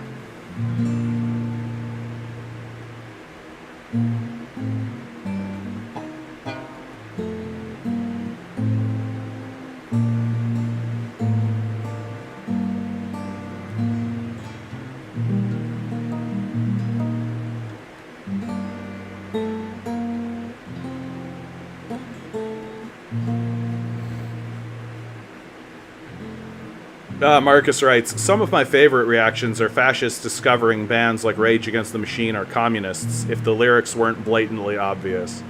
Yeah, like, look, fascists are dumb, right? Like, I think a big part of being a fascist is being an idiot, right? And, like, lacking in self-awareness, lacking in the ability to see beyond your own prejudices, beyond your own bigotries. And, like, this happens over and over and over again with these losers, right? Like, what? Star Wars is a leftist? Like, Star Wars is leftist, dude. Like, Star Trek is leftist. Like these very popular franchises that you've been watching for a long time are actually woke, bro. Like, it's just incredibly dim-witted. Like, if anything tells you that these people are running exclusively on emotion, right? The reason why they're listening to Rage Against the Machine is because Rage Against the Machine evokes an emotion in them. That's it. And it's an easy emotion to evoke in a fascist, which is anger, right? Most of them are keyed pretty heavily into anger, right? And most of them are running on anger. Most of them. And so keying into, like, Rage Against the Machine on an emotional level, you get it. And then, like, they don't even think to listen to the lyrics. And in fact, we have pretty robust studies showing that huge segments of the population don't listen to lyrics when they listen to music. That listening to the lyrics is actually work. It's actually difficult for them to do. Whereas another segment of the society listens to the lyrics. The lyrics are a key component to what they're doing. And so it's hardly shocking at all that we end up with these fascist losers who cannot get past their own emotional bigotries in themselves, who get keyed in to something like Rage Against the Machine on an emotional level, and then suddenly over time begin to realize, wait a minute, this is communism.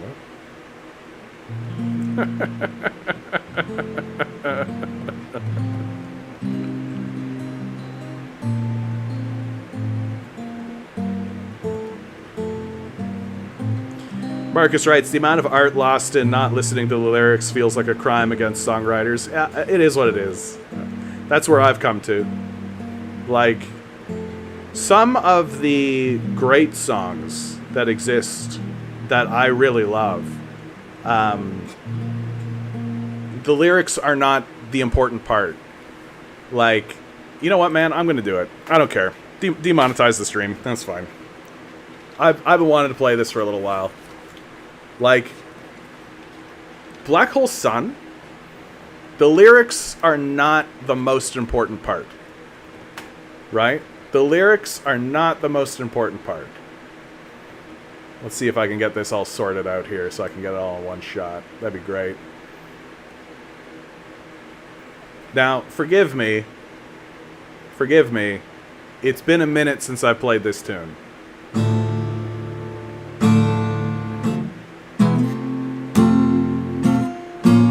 No, and honestly, these are not the lyric. These are not the chords, rather. In my eyes. Yeah, these aren't the chords. This is like a bullshit version. Don't you love it when people put up, like, literally... Yeah.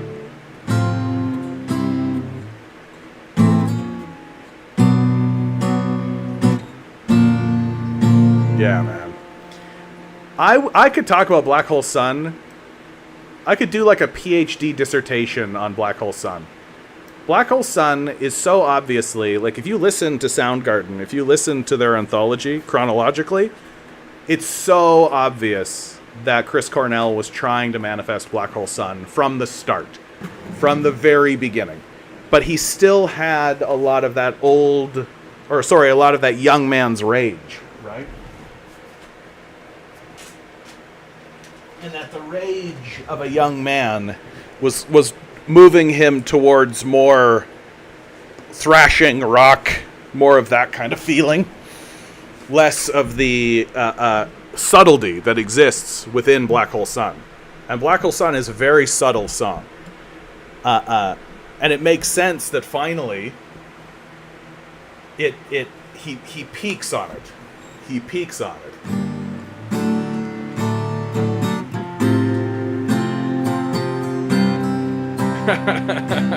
Marcus writes, taking the risk to demonetize is exactly what I've come to expect from you. For $20, Marcus. Thank you, sir. I appreciate that. Oh, I need a new guitar, man. I need a new guitar. This one has been a true and stalwart and faithful companion on my journey. And I'll probably hang her right there. So she's always in the shot. So you can always see her. But... like, I just tuned her up and she's already falling out of tune.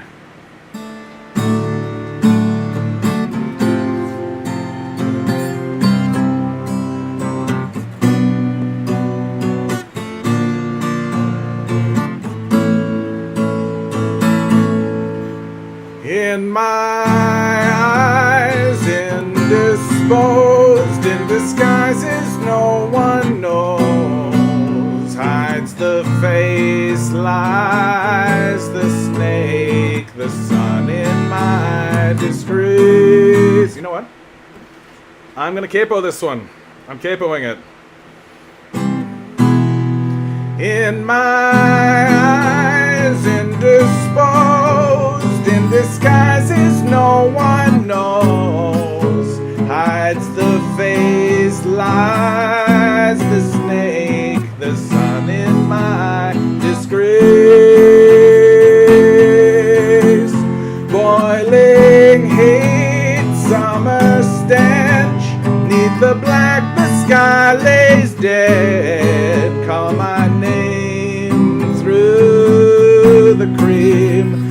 and I'll hear you scream again. Black old sun, won't you come and wash away the rain? Black old sun, won't you come, won't you come, won't you come? Stuttering, cold and damp, steal the warm wind, quiet friend. Times are gone for honest men, and sometimes far too long for slaves. In my shoes, a walking sleep. In my youth, I pray to keep heaven sent hell away. No one sings like you anymore. Black old sun, won't you come and wash away the rain? Black old sun, won't you come, won't you come? Black old sun, won't you come and wash away the rain? Black old sun, won't you come, won't you come, won't you come, won't you come?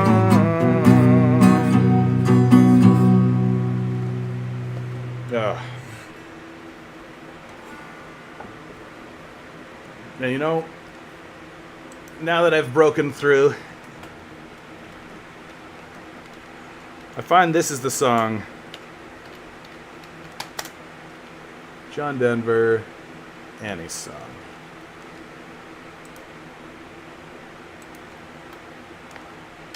I'm going for all the songs that I haven't played in like 6 months. So bear with me while I absolutely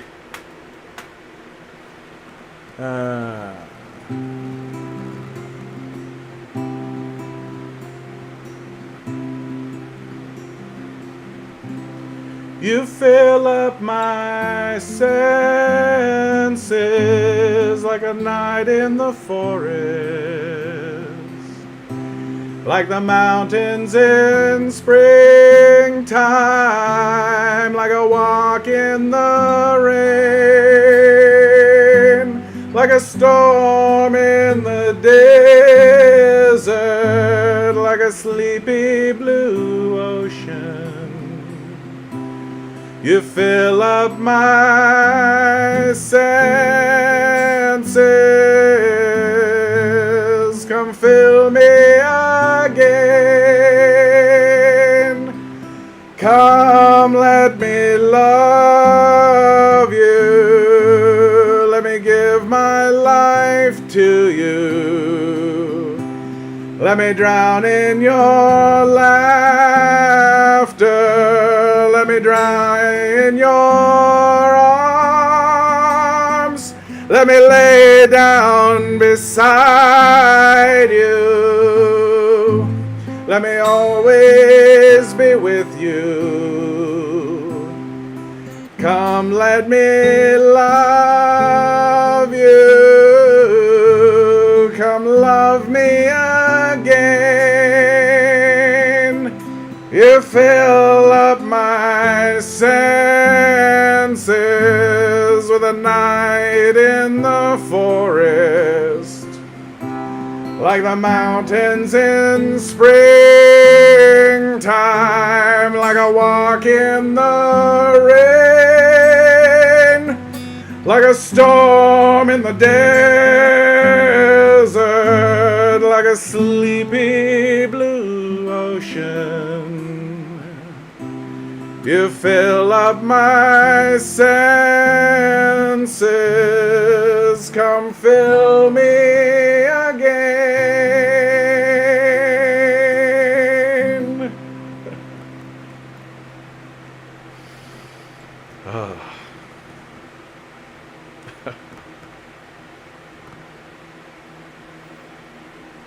Oh, yeah. Oh, yeah. You know, that's sort of the beauty of singing music, is you get to kind of be silly. Isaac, good to see you, my man. You get to kind of be silly. And you get to take big risks and make yourself look like a foolish person. And everybody sort of loves you for it. Which is good by me.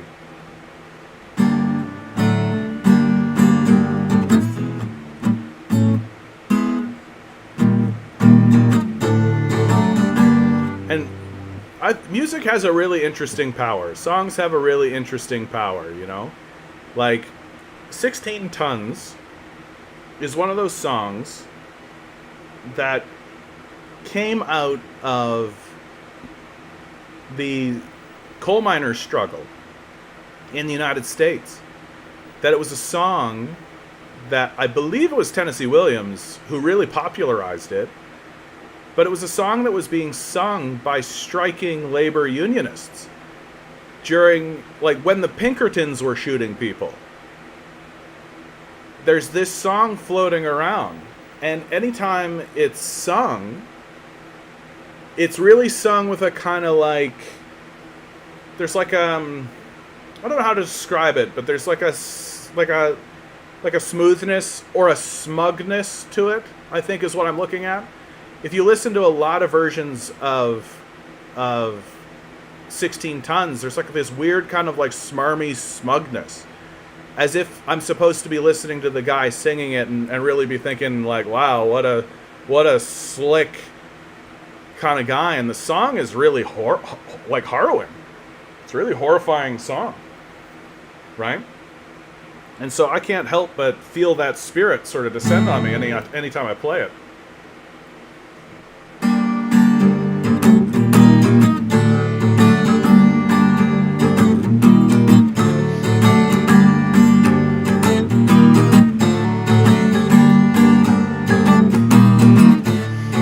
People say a man is made of mud. Poor man's made of muscle and blood and skin and bone, and a mind that's weak and a back that's strong. You load 16 tons, and what do you get? Another day older and deeper in debt. St. Peter, don't you call me, 'cause I can't go. I owe my soul.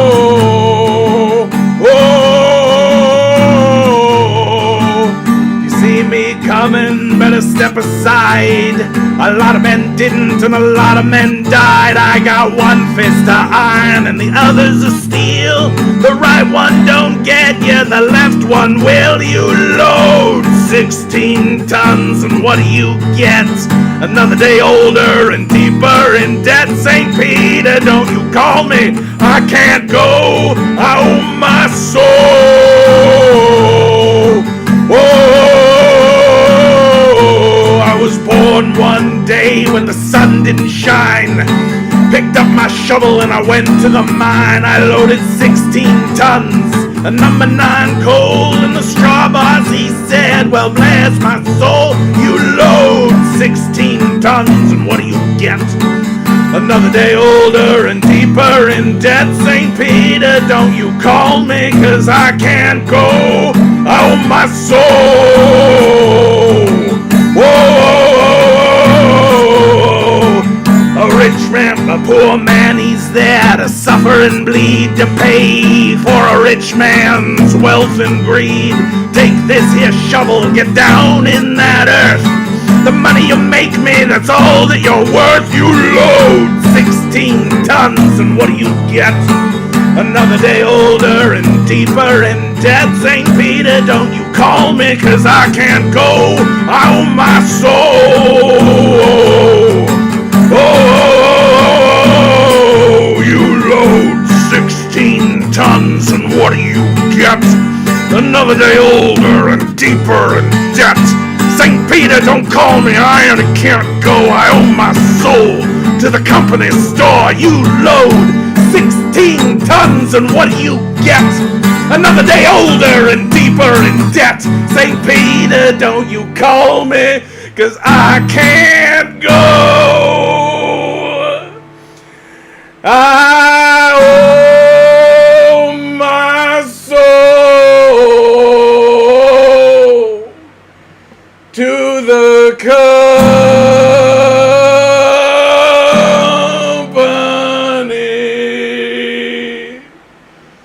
store.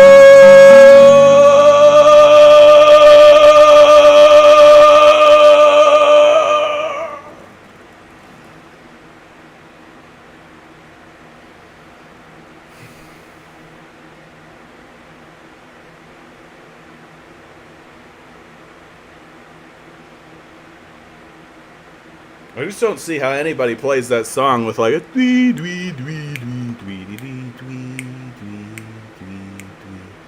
dwee dwee dwee dwee. Some people say a man is man. Shut up. It's embarrassing. Like, the people that wrote and sang and played that song for each other were slaves. They were being thrown into coal shafts. They were loading 16 tons of number 9 coal and getting shot and bombed by Pinkertons for it. Goddamn. Goddamn. CIA drone pilot, John, I was listening while doing dishes, and while I normally come for the politics, the other day I woke up with a tune of yours in my head and tried to find it in your old VODs. What song, dude? I'll play it for you right now. Which one? I've only really got one more. Unless it's one of the, like, really eclectic ones.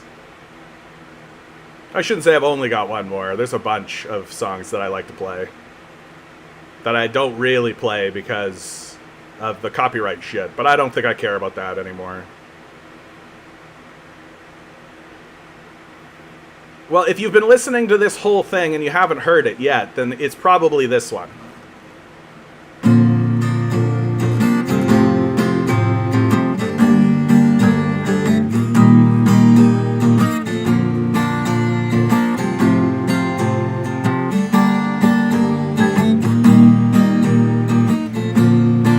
Got asked a question by my niece who's 5 years old.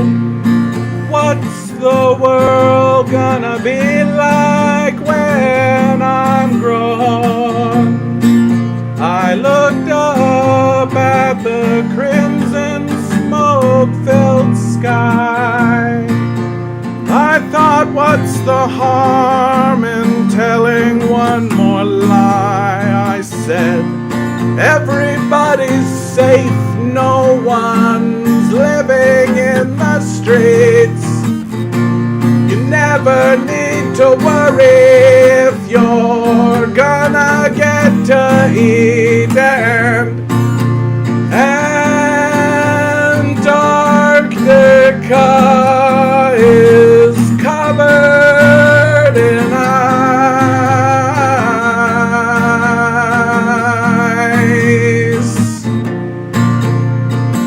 The burning sun won't leave a paper trail. Why work so hard if it's too big to fail? And what's the point in feeding this machine if it won't make the world in our dreams where everybody's safe, no one's living in the streets? You never need to worry if you're gonna get to eat. And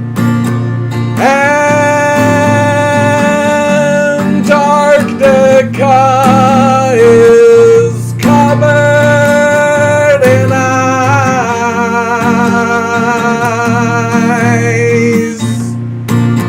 And I know one day my maker I will meet, when death's sweet kiss comes to sweep me off my feet. I hope by then we've learned a little more.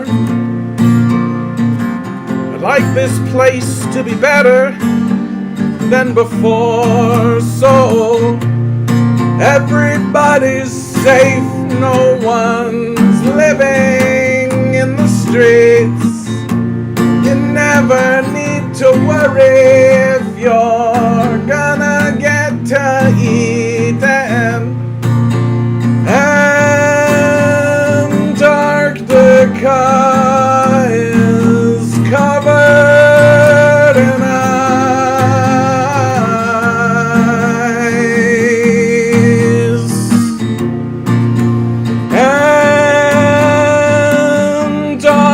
Antarctica is covered in ice.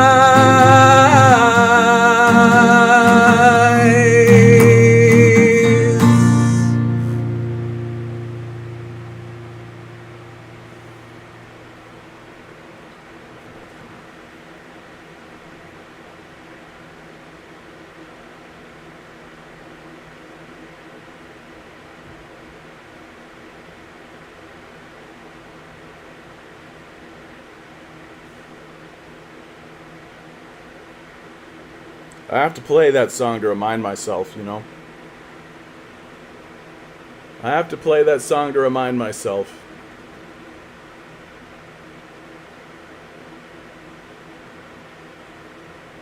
I believe that we can do it.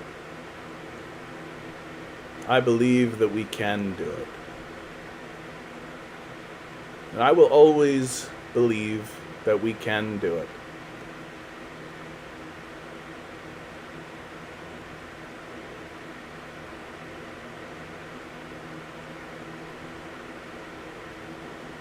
The earth was a garden before we got here. It made itself into a garden. We had nothing to do with it whatsoever. It wants to be a garden.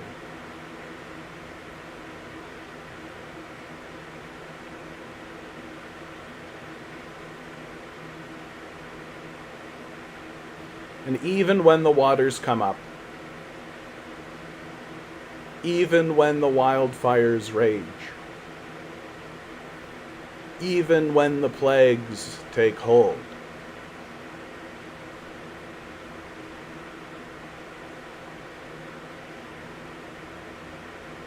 even when you go to sleep with hunger in your belly,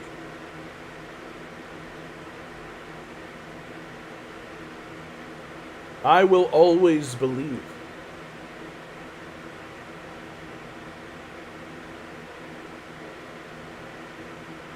Because we don't need to invent anything. We don't need to create anything. We don't need to design anything.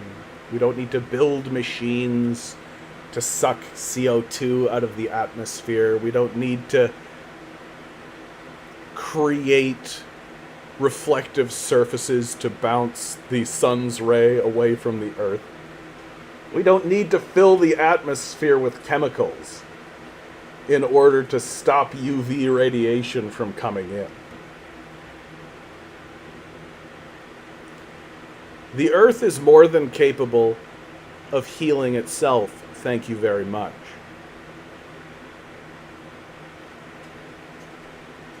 It made us. It, more than anything else, is responsible for our creation. We had nothing to do with it. We didn't design it. We didn't make it. We didn't manufacture it. We didn't craft it or create it. It made us.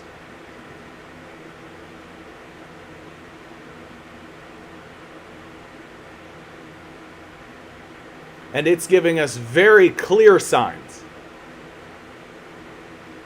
that it can unmake us too.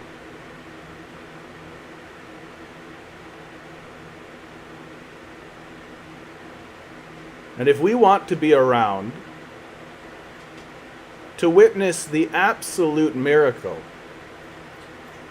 of the earth going about the business of healing itself without our say-so, without our permission, then all we have to do is stop. All we have to do is sit in the corner and shut the fuck up. And let the adults in the room do it for us.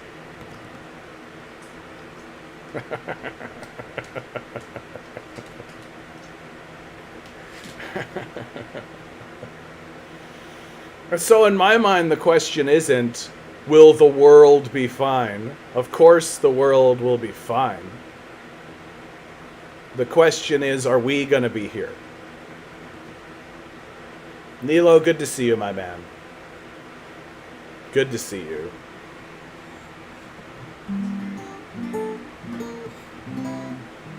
Oof.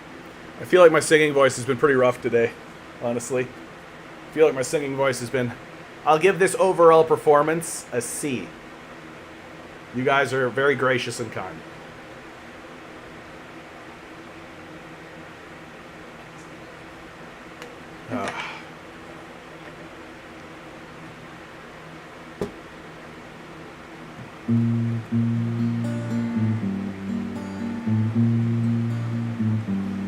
Well, I heard there was a secret chord that David played and it pleased the Lord, but you don't really care for music, do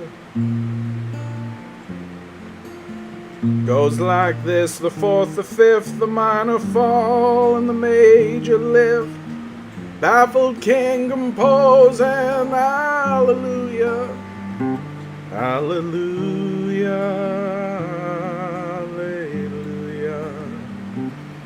hallelujah, hallelujah.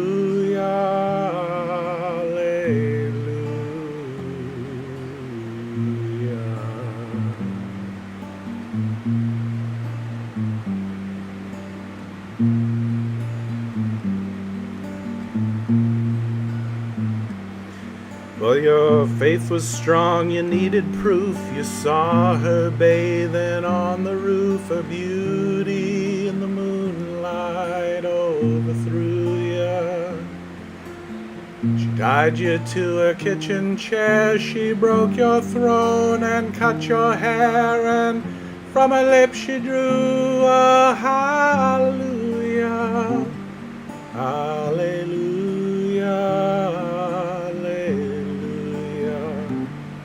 hallelujah, hallelujah.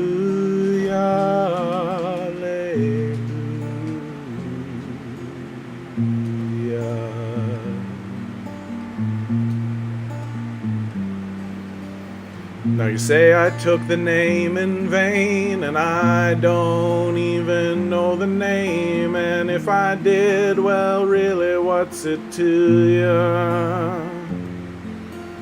There's a blaze of light in every word, it doesn't matter which you heard, the holy or the broken, hallelujah, hallelujah, hallelujah, hallelujah,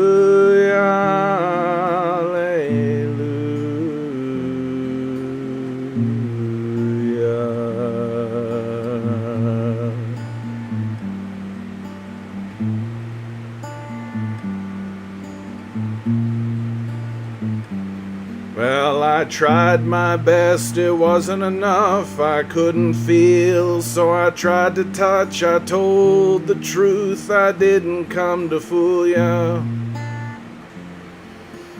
And even though it all went wrong, I'll stand before the Lord a song with nothing on my tongue but hallelujah, hallelujah, hallelujah, hallelujah.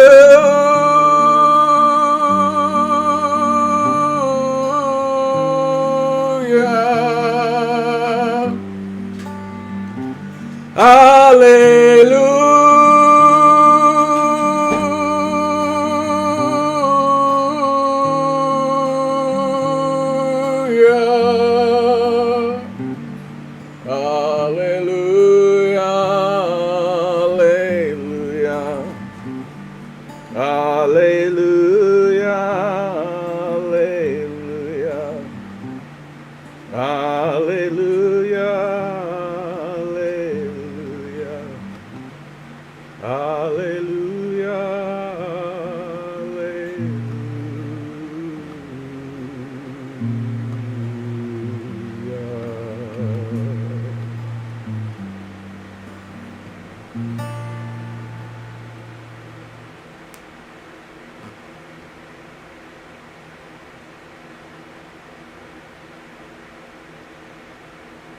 Never forget, brother, over on Twitch. Never forget, brother. A pirate's favorite letter. R. Or the C. So you get to pick. You get to pick.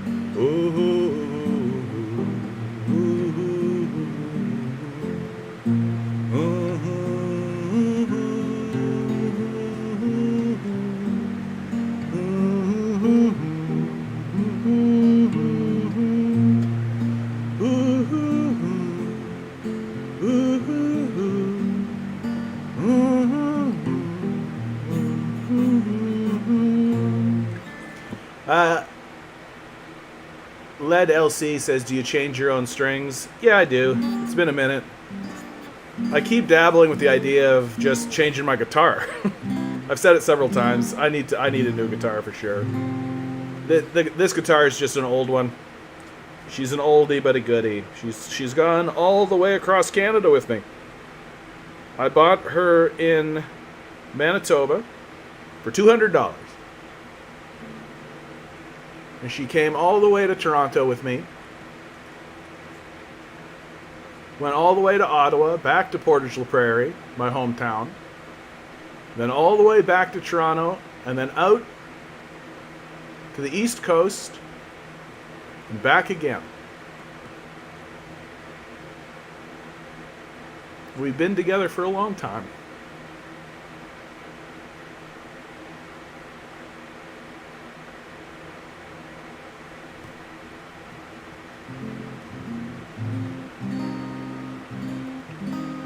Ever play electric? Meh. Electric. Can I be real with you? Electric guitars have no souls. That's the truth. That's why I'm skeptical of getting like an amplification device on a guitar, because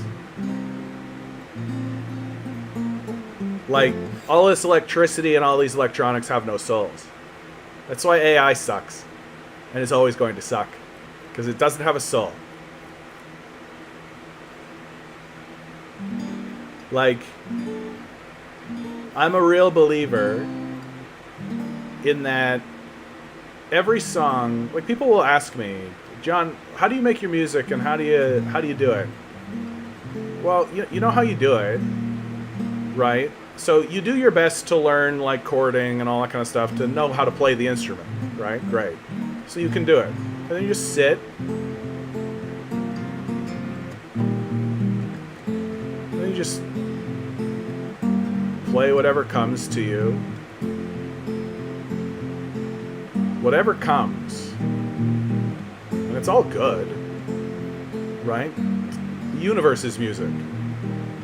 You're just tapping in, right? You're just tapping into what the universe has going on as it goes by you.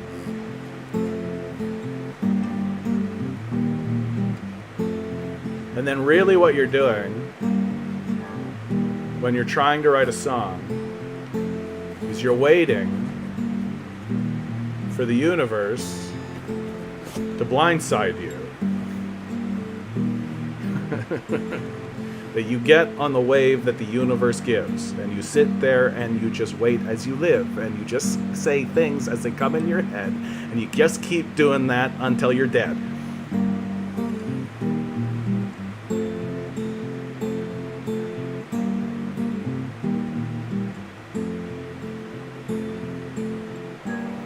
Jeff says, I beg to differ.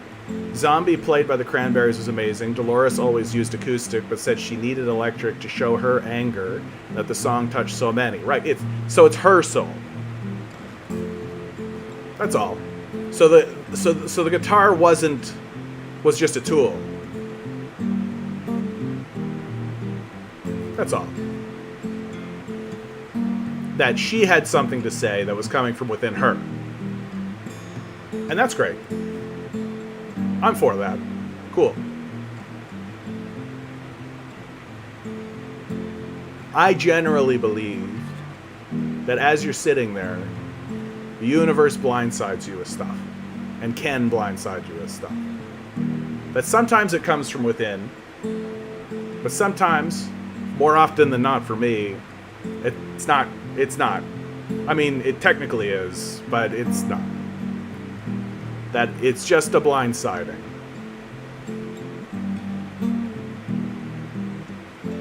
And then before you know it, you're singing some random song that was clearly written by some wandering and ancient soul that's just been floating around, listless, aimless, has no idea what's going on.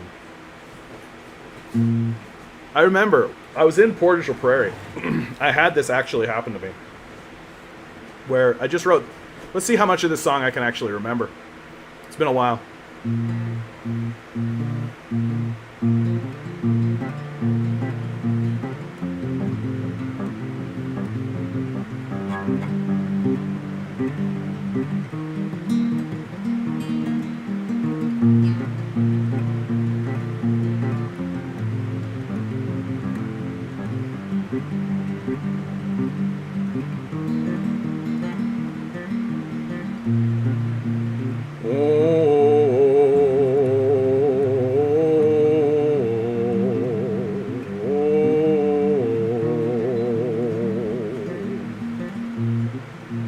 Working in the field, living off the land, trying not to steal what's in my brother's hand. What have I done to earn this life? To lose my sons, to lose my wife, lying on the thresher floor.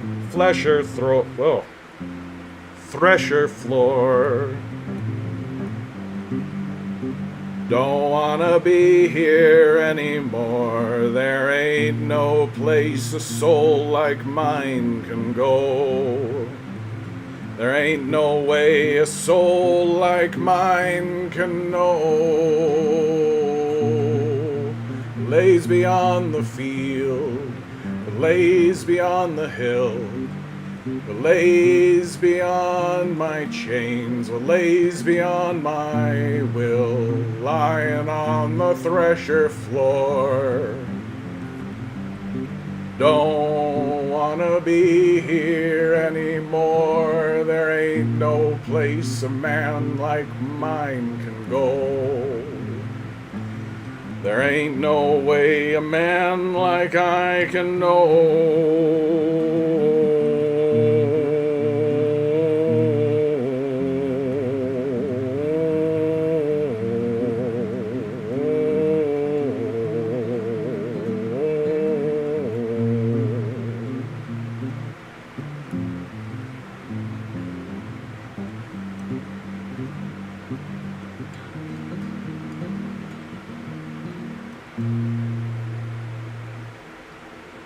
And then he was gone.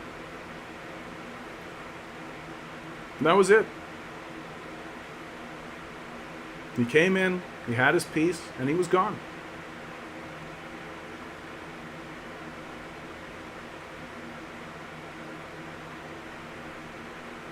And it wasn't me. And I don't know what that song's really about. I have a glimmering, I have an idea. Like, I know that we're getting into real Hubu Jubu territory, okay? I get it. I understand that we're getting into real, like, wonky territory. But, like, that's a ghost. That's a ghost. That's a spirit. That's a restless, wandering spirit.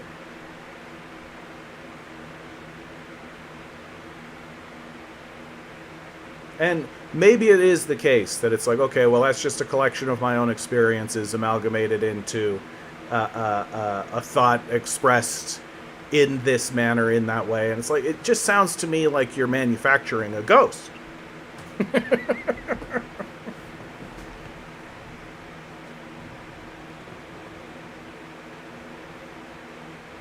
So I've always believed that there are forces in the universe that we don't know anything about, and this is a big one. This is a big one. We have no fucking idea where poetry and art and music and all of this shit comes from. We've got nothing. Like, the best that we have is straight up just, well, you've got an amalgamation of thoughts and you connect them together and to create something that appears to be new, but in reality is just a reassessment and a regurgitation of what came before it and building upon that which happened. And okay, like, I get, yeah, kinda. But take that concept and then expand it into the infinite.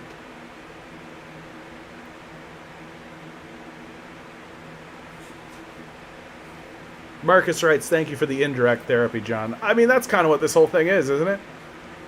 Like, we're coping in common, like, I like to think that what we're doing here is coping in a good way, right? Coping in a bad way is to say, oh, maybe there is a lesser of two evil. Coping in a good way is to say, no, it's evil.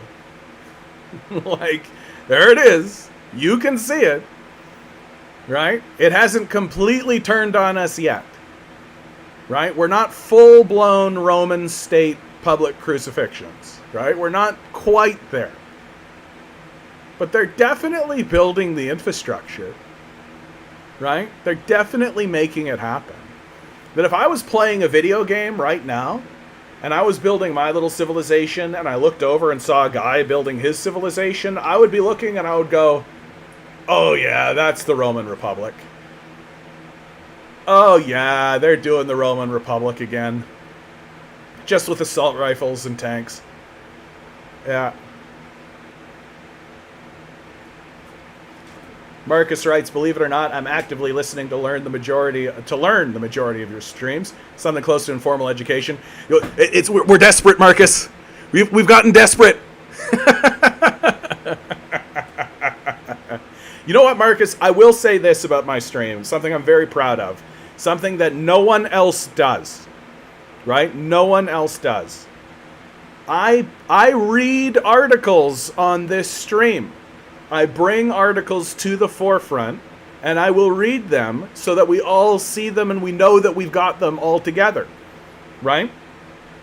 And I don't just say, oh, hey, did you see that article in the New York Times, and then talk about the article. I read the fucking article so that I know what's in it. And so that I know you know what's in it.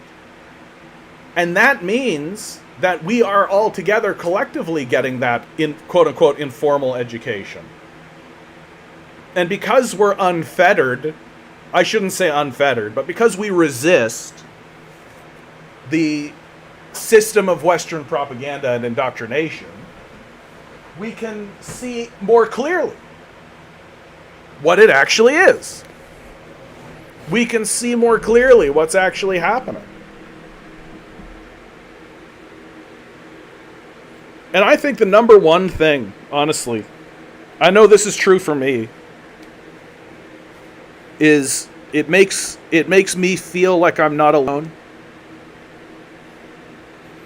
I think that a lot of people are clinging on to the Democrats right now because they are alone. They don't know where to turn, and they don't know what to say, and they don't know what to think, and they don't know who to go to, and they don't know anything. All they know is, this is the system we've got, and we gotta go with the lesser of two evils. And so they create whatever connecting gymnastics they have to connect to square this circle, right? To square this circle.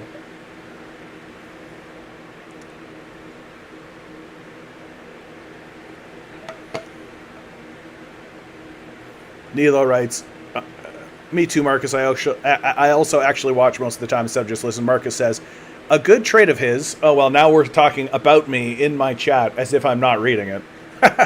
I feel he doesn't assume much about my questions, gives genuine consideration that I'm trying to understand, and not throw gotchas. Oh, dude. The gotchas. Oh, the gotchas, dude. Just, it's why I cannot take this debate bro culture. Just this straight up. So what's been fascinating, actually, right? What has been fascinating is for a long time, the whole internet culture has been a gotcha culture, right? It's all been just like, we're playing a game of mental chess and I'm going to put you in checkmate, as if that's a real thing that actually exists. And so it's like watching two little boys bicker about a subject they don't know anything about, right? That's really what it is, right? And the reason why they're doing gotchaism and the reason they're trying to do gotcha is because they both do know that they don't know anything, right? Like, they both know that they don't know anything. And so they're trying to show that the other guy actually doesn't know anything, and I'm actually good. When the reality is that they're bullshitting, and they know they're bullshitting. They know that what they did is they looked at a Wikipedia article this morning, right? They know they did that. And that's the beating heart of where the gotcha bullshit came from, right? Just a bunch of illiterate boobs trying to prove that they're actually literate. And what's happening? Yeah, Destiny's a good one to bring up, because Destiny's like in the beating heart of this gotcha culture, and now, but he's like leveled up, right? So he used to just be like what I'm doing now, right? But now he's gotten the nod from the Democratic Party, right? And so now he's just going around having conversations with like Peterson, having conversations with people, right? But what's interesting is that now he's starting to run into serious people, right? He's no longer talking to Vosh, right?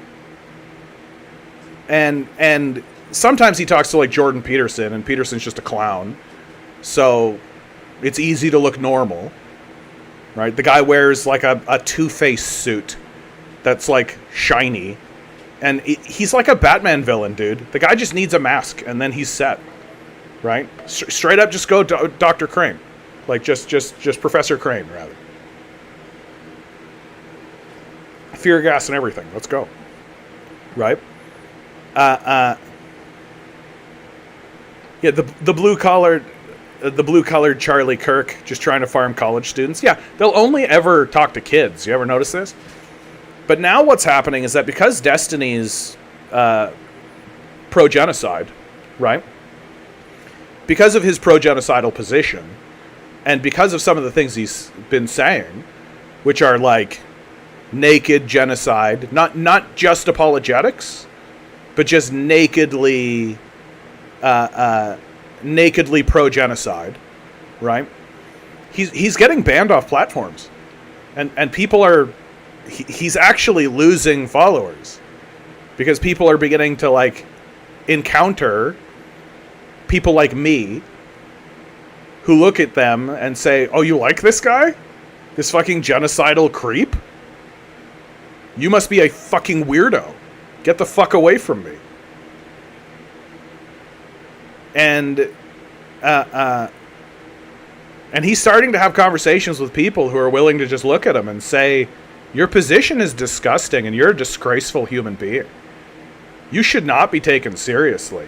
It's kind of scary that you have a platform, actually. Like, it's pretty scary that a guy like Destiny is actually allowed to be platformed at all. Like, it's pretty terrifying that in the name of quote-unquote free speech, a guy can literally say out loud, yeah, we should just ethnically cleanse them. That's a serious position that this guy takes. And so now we're like outside of gotcha territory. And now we're entering territory of just like, oh, there are literally just creepy, weird monsters in the conversation. Like straight up demonic entities have entered this realm of reality. And because we have a system that rewards them for being demonic, they're starting to proliferate and grow. Right?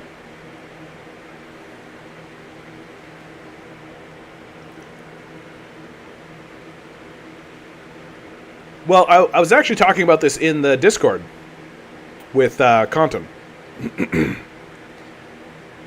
Like, gamer culture. Destiny comes from gamers, right? He's a gamer. And all of these gamers, they just see this all like a video game because there's no consequences for them. Right? It doesn't matter to them. It's irrelevant to them. The outcome doesn't actually matter. They've just picked their team. They're just on the team. And so a lot of these a lot XD, yeah, thank you. XD, right. He's just being ironic, bro. God, you tankies are so gullible. Cry, laugh, cry, laugh. Yeah. Like, what we have is, like, Destiny represents the people who live in Plato's cave.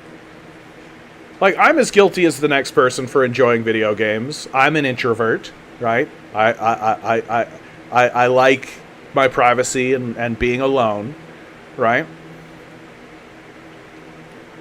But the analogy of Plato's cave, I think, really applies to people like Destiny and his followers. Which, the analogy is that you have a group of people who live in a cave. And all they ever see of the world are figures and shadows shone onto a wall by firelight. And so the only way they know what a tree is by this figure of a tree that's shone onto the side of a wall via firelight. And this entrances and hallucinates people. And they come to believe that reflection is reality itself. And so then what happens is if someone leaves the cave and then goes and sees the trees and sees the animals and sees the world, and then they will come back and tell the people in the cave that that's not what it's like.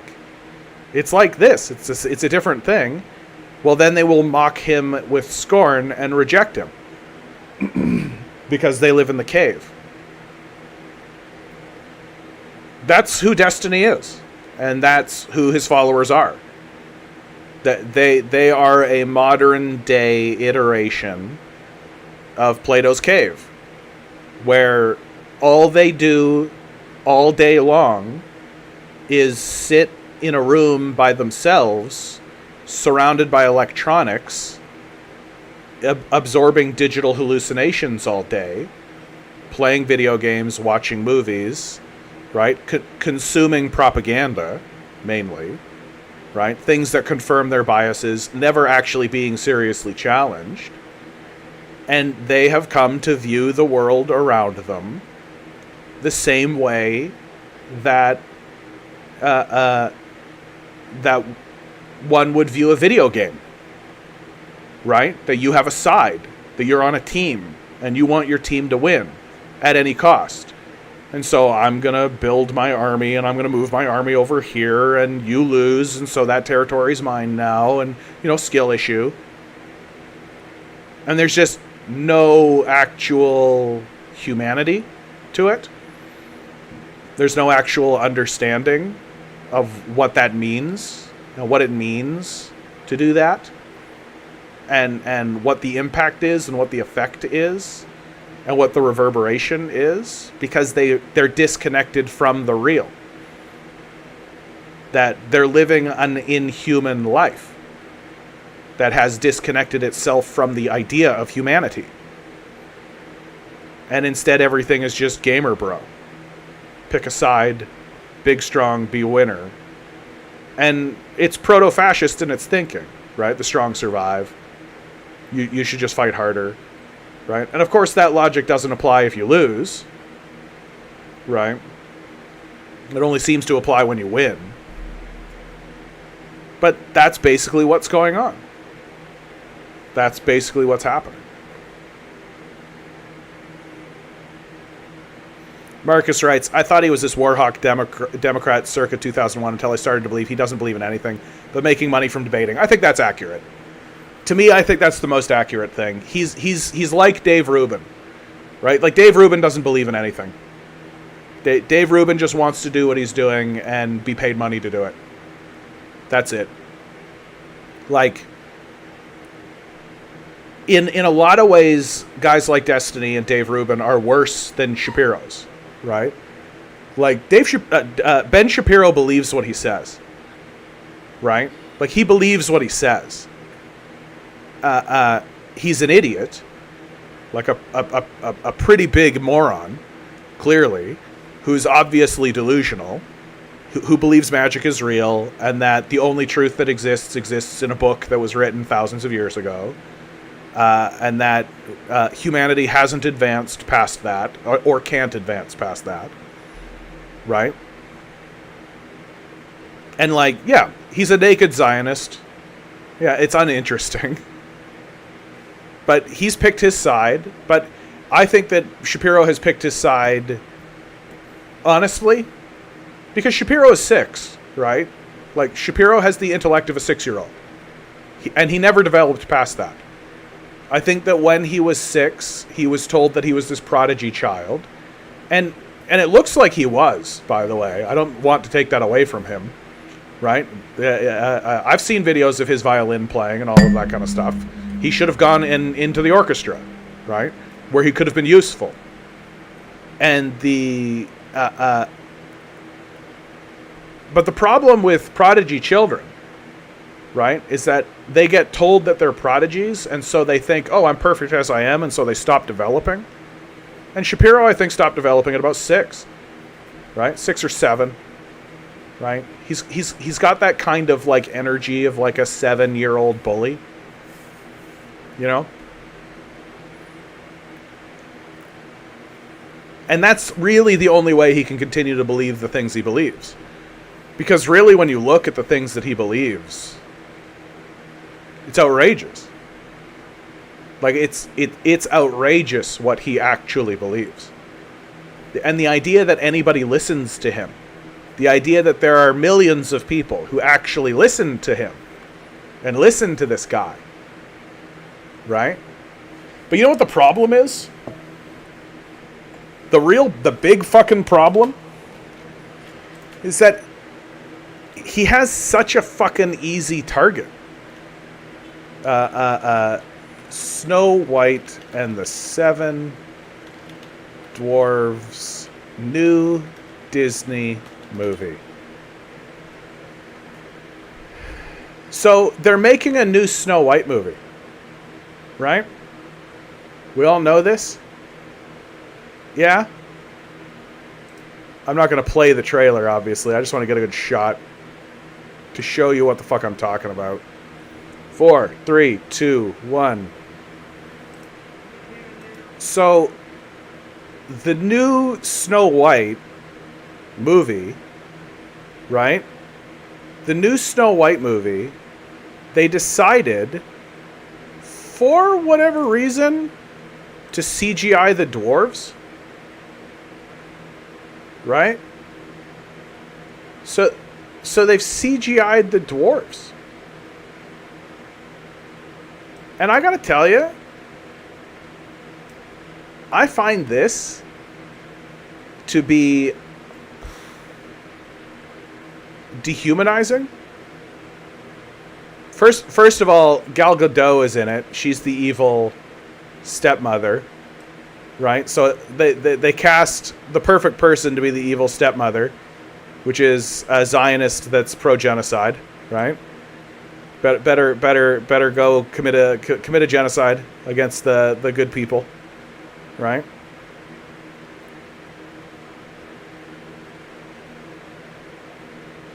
What kills me, right? What kills me about this casting about the dwarves, CGIing the dwarves, is like,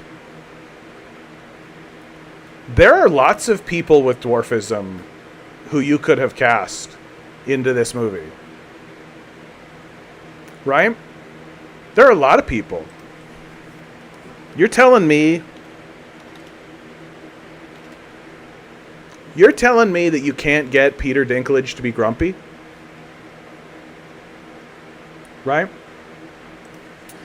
There's a comedian with dwarfism, Brad Williams. Brad Williams. Here's your fucking dopey. Right? He's right fucking there. He's extremely well known. Right? Here's your dopey. Right? Actor who played Willow. You're telling me you can't get Warwick Davis to be Doc? You're just telling me you can't do that. Disney. No, instead of actually hiring actors who actually have dwarfism, the key component of being a dwarf, right? Snow White and the 7 dwarves. Well, I've just listed 3 actors who have dwarfism, who are extremely well known, extremely well regarded, and would slot into your movie easily. You could literally hand them the script on the day and they would nail it. And instead of actually hiring actors with dwarfism, you have gone out of your way to CGI the dwarves.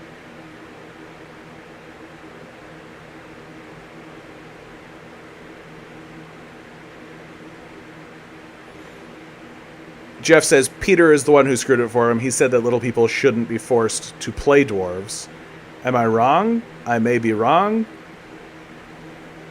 It just seems odd. Do you know what I mean? It seems like the kind of choice that a person... Like, this... Everything that I just said is a Ben Shapiro segment. Right? Right?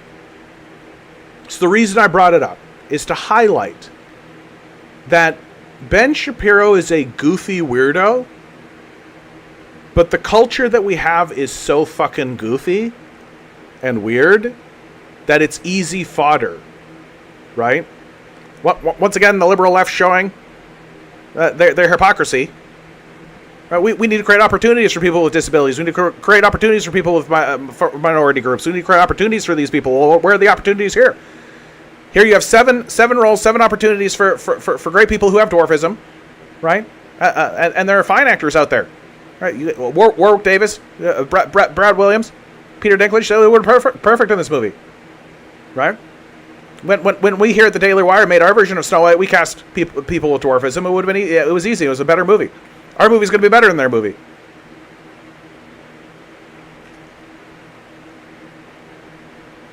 Yeah, Peter is the one who started the controversy. Yeah, because what does he give a fuck?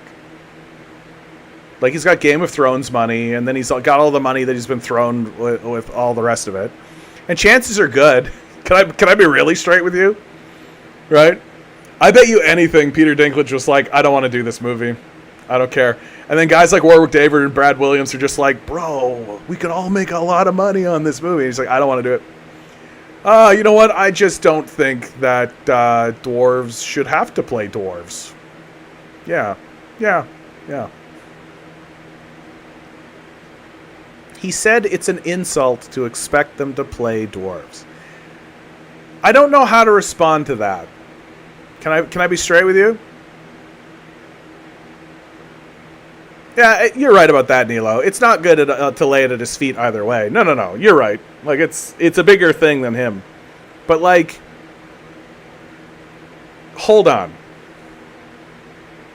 Because this does raise, like, what you're saying, it does connect into this, like, huge, wide conversation. Like, everybody wants to be what they want to be in this new world, in this new environment, in, like, this post-gender environment. Everyone wants to be what they can be. Okay. Well, at what point do we actually just say out loud, but like, do my eyes deceive me? You know? Like, this is what's actually gaining a lot of fodder and what's gaining a lot of traction amongst fascists and traditionalists. People who are not necessarily fascists, but are traditionalists. Conservative-minded people. Conservative types. Is that they are saying out loud, like, how am I supposed to act? What am I supposed to say? What am I supposed to do? What am I supposed to make of any of this? Like, how am, like, and I have I've talked to some of these guys, like some of the old guard, some of the boomer guys, right? And they're literally like, just tell me. Like, just tell me what to say. Just give me the phrase. Just say the thing that I am supposed to say, and I will. But I just keep stepping on these landmines over and over and over again. I'm constantly the bad guy. Over and over and over again because I used the improper phrasing, or I said the wrong word, or I said the wrong thing. And, like, I feel like this is exactly in that wheelhouse, right? Like, you're not going to cast people who have the condition for which the title is. And one of them even says, one of the fellows actually says, you shouldn't expect people who have the condition to play the role. I don't know. This feels like bullshit. That's what this feels like. This feels like total fucking horseshit. Like, for decades, for my whole fucking life, up until this very moment, everything has been always about give opportunities to people. Give opportunities. People who have these should have these opportunities.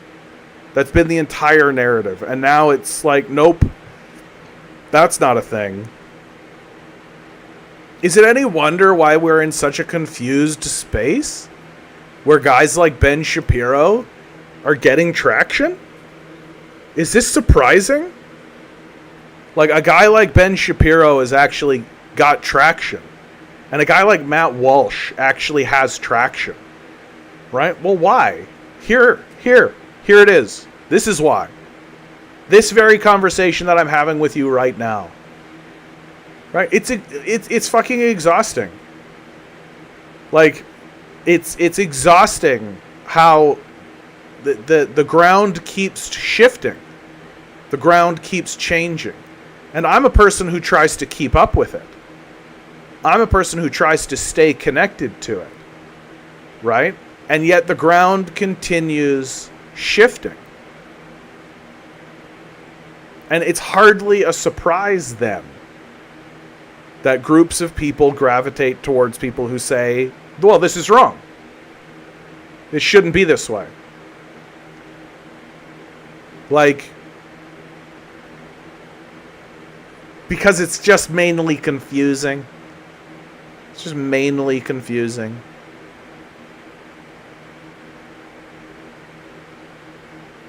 Nilo writes, maybe they want to keep the floodgates closed. Imagine all the roles lost for able people to disabled people they impersonate. I mean, maybe. Maybe. I don't know, dude. I think that fucking Disney's got its head up its own ass. Like, really. Like, they're casting a Zionist as one of the title characters, as one of the lead characters. Like, Hollywood's like losing the plot completely. They keep releasing flop after flop after flop. They don't know what to make anymore.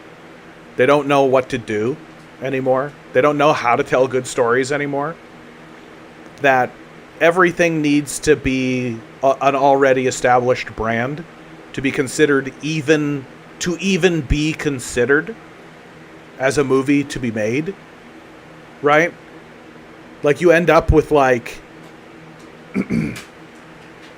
you end up with Battleship, like Uno the movie. Like, and nobody is actually bothering with creators and good stories anymore. That what everybody's trying to do is get involved with already established things. Because there's such a small group of people with such an overwhelming amount of wealth and power that to walk in a room with a script in hand saying, hey, I have an idea for a film that I think would be popular, they're not even going to give you the time. They're too busy moaning and bitching to their therapist about how upset they are that they're super rich and sad. Like, it's this system that's eating itself. Jeff writes, and they can't do subtle messaging anymore. It's now beaten over your head and you don't enjoy the movie anymore. Well, like, yeah, because they don't actually know how to tell a story anymore, right? And the truth is that a lot of these people are not so confident in their position, right? Like, there's a reason why they're being so fucking ham-handed. There's a reason why they're being so, like, a lot of the people who are promoting the messaging that they're promoting don't believe it and don't give a fuck about it at all, right? That they're just going along with it because that's going to give them money.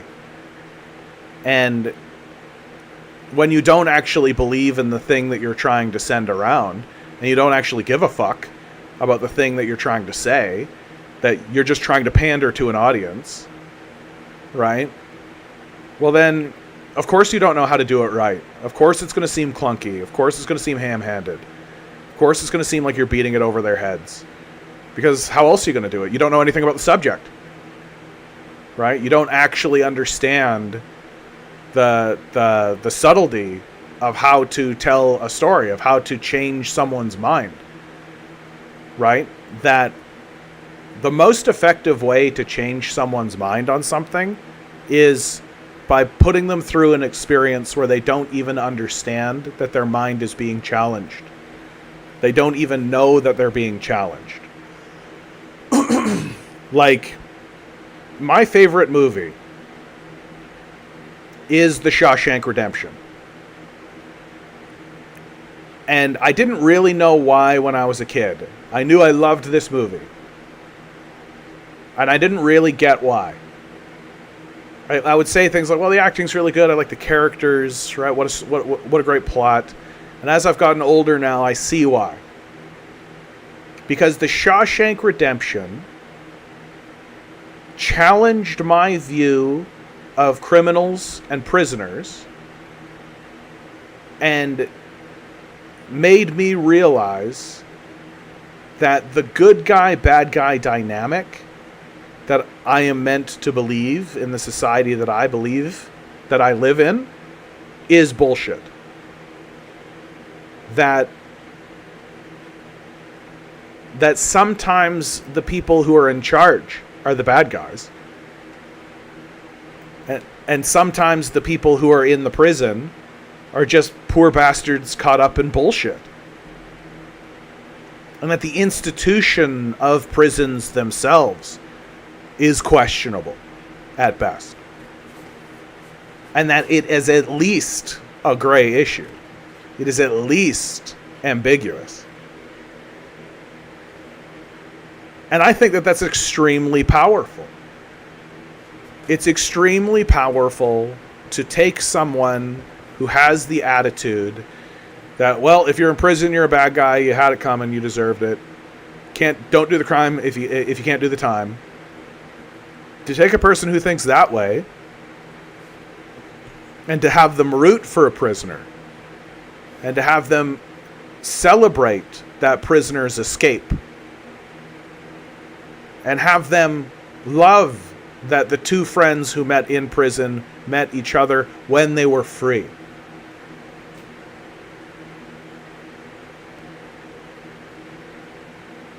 That there's power there. And they didn't do it by putting a spotlight on it and saying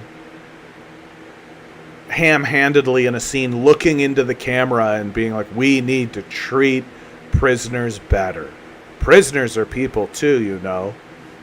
No, they just told stories of the prison and told the story of these prisoners and their lives and made you feel for them and made you like them and respect them.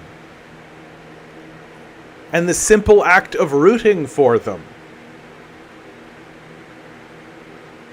that there's this very odd thing that's happening in film culture today, which is there seems to be the idea that the best way for us to teach men to like women is to make them hate women and then also tear down any male role models they've ever had.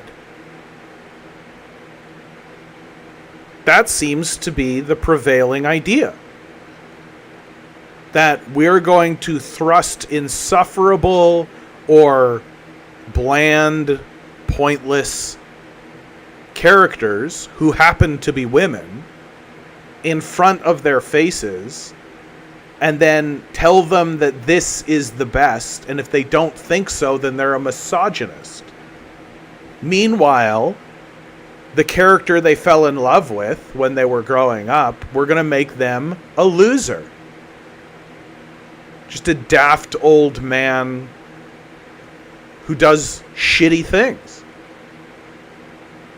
And this is what storytelling is in Hollywood. Like,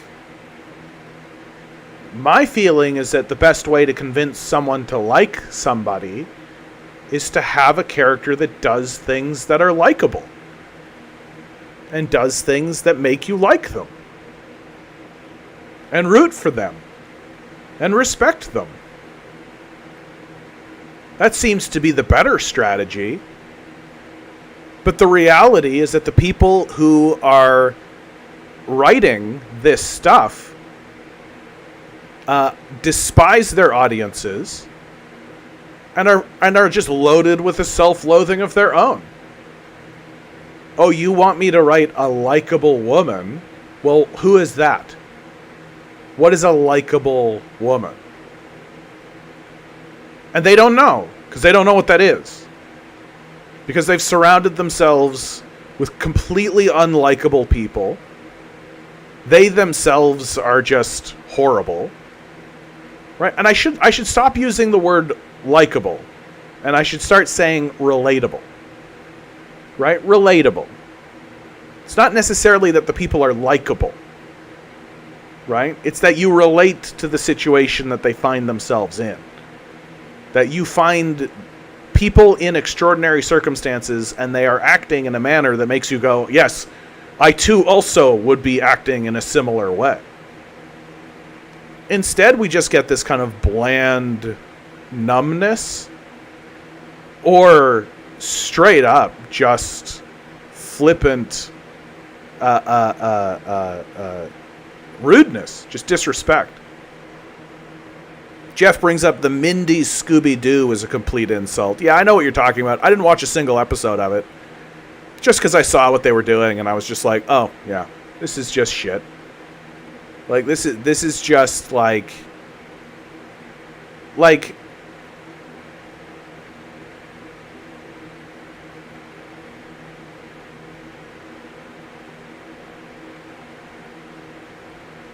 Like, it makes sense that we're in an era of stand-up comedy, where stand-up comedy is becoming, or has become rather, a real touchstone, a real apex, a uniquely American art, they'll say, as if that's a good thing. But it is, you know, the art of tearing someone down in a funny way, right? That I think it was John Mulaney said, if you didn't know you were supposed to laugh at it, comedy is just a mean speech. And I've actually come to believe that the wave of stand-up comedy that exists in our culture is a regression. It's an artistic regression, because we're not using these people for higher art forms, like film, like theater, musicals, right? Like we're not taking these people and putting them in larger formats that have more work and there's more camaraderie, there's more going on, right? It takes more effort and more time to create something that is iconic and becomes a cultural touchstone that people really remember and think about. Right? Instead, all we're really willing to do, all we're really willing to see, is a guy come out on stage and say some stuff. Which is like, fine. Like, I'm not mad about it, obviously. Like, that's fine. But that's become like the apex of the culture. So that tells you the culture has regressed. And that a big part of why this comedy scene survives and thrives is because not a single one of them even attempts to take on power in a meaningful way.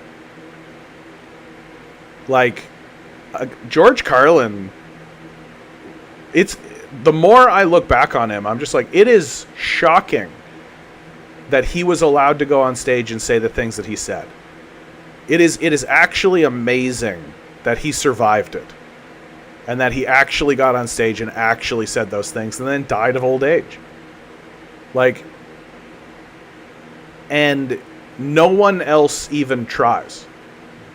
Like, the closest you get now is Jon Stewart. And Jon Stewart's a liberal. Right? Just gentle ribbing, really. And like, it's so strange and unusual that the comedy scene had this whole, like, whoa, trans people moment. It's like literally no political comedians. Yeah, I mean, like Jimmy Dore, sure, right? Lee Camp, sure. Where are their Netflix specials? Right? Oh. And honestly, I really hate to say it, and I will continue saying it. Lee Camp does phenomenal work. He is an excellent journalist. He is very dedicated and very diligent. A strong and powerful voice in the conversation. Lee Camp is not a comedian. He has a wry tone. He is not funny. And he should really try to stop it. Like, he's a likable guy, and I'm glad that he's doing what he's doing. But he's not a comedian. And, like, Jimmy Dore is barely a comedian, frankly. Have you ever seen Jimmy Dore's act? Like, here's Jimmy Dore's whole act. I'll show it to you. I'll do it in real time. Right? Oh, you'll never believe this. You'll never believe what you're going to see here. Look what you're going to see here. Oh, wow. Yeah. More than 200 Bush, McCain, Romney aides endorse Harris. How can you believe that? It's just what a I remember back in my day, those guys were called neocons. I guess that's the liberal left. And that's Dore. That's his whole shtick. Like, take what I do here, but then every so often. Like, is it comedy? Like, I feel like it takes a, like, if you don't laugh, you'll cry kind of position. I choose cry. Clearly.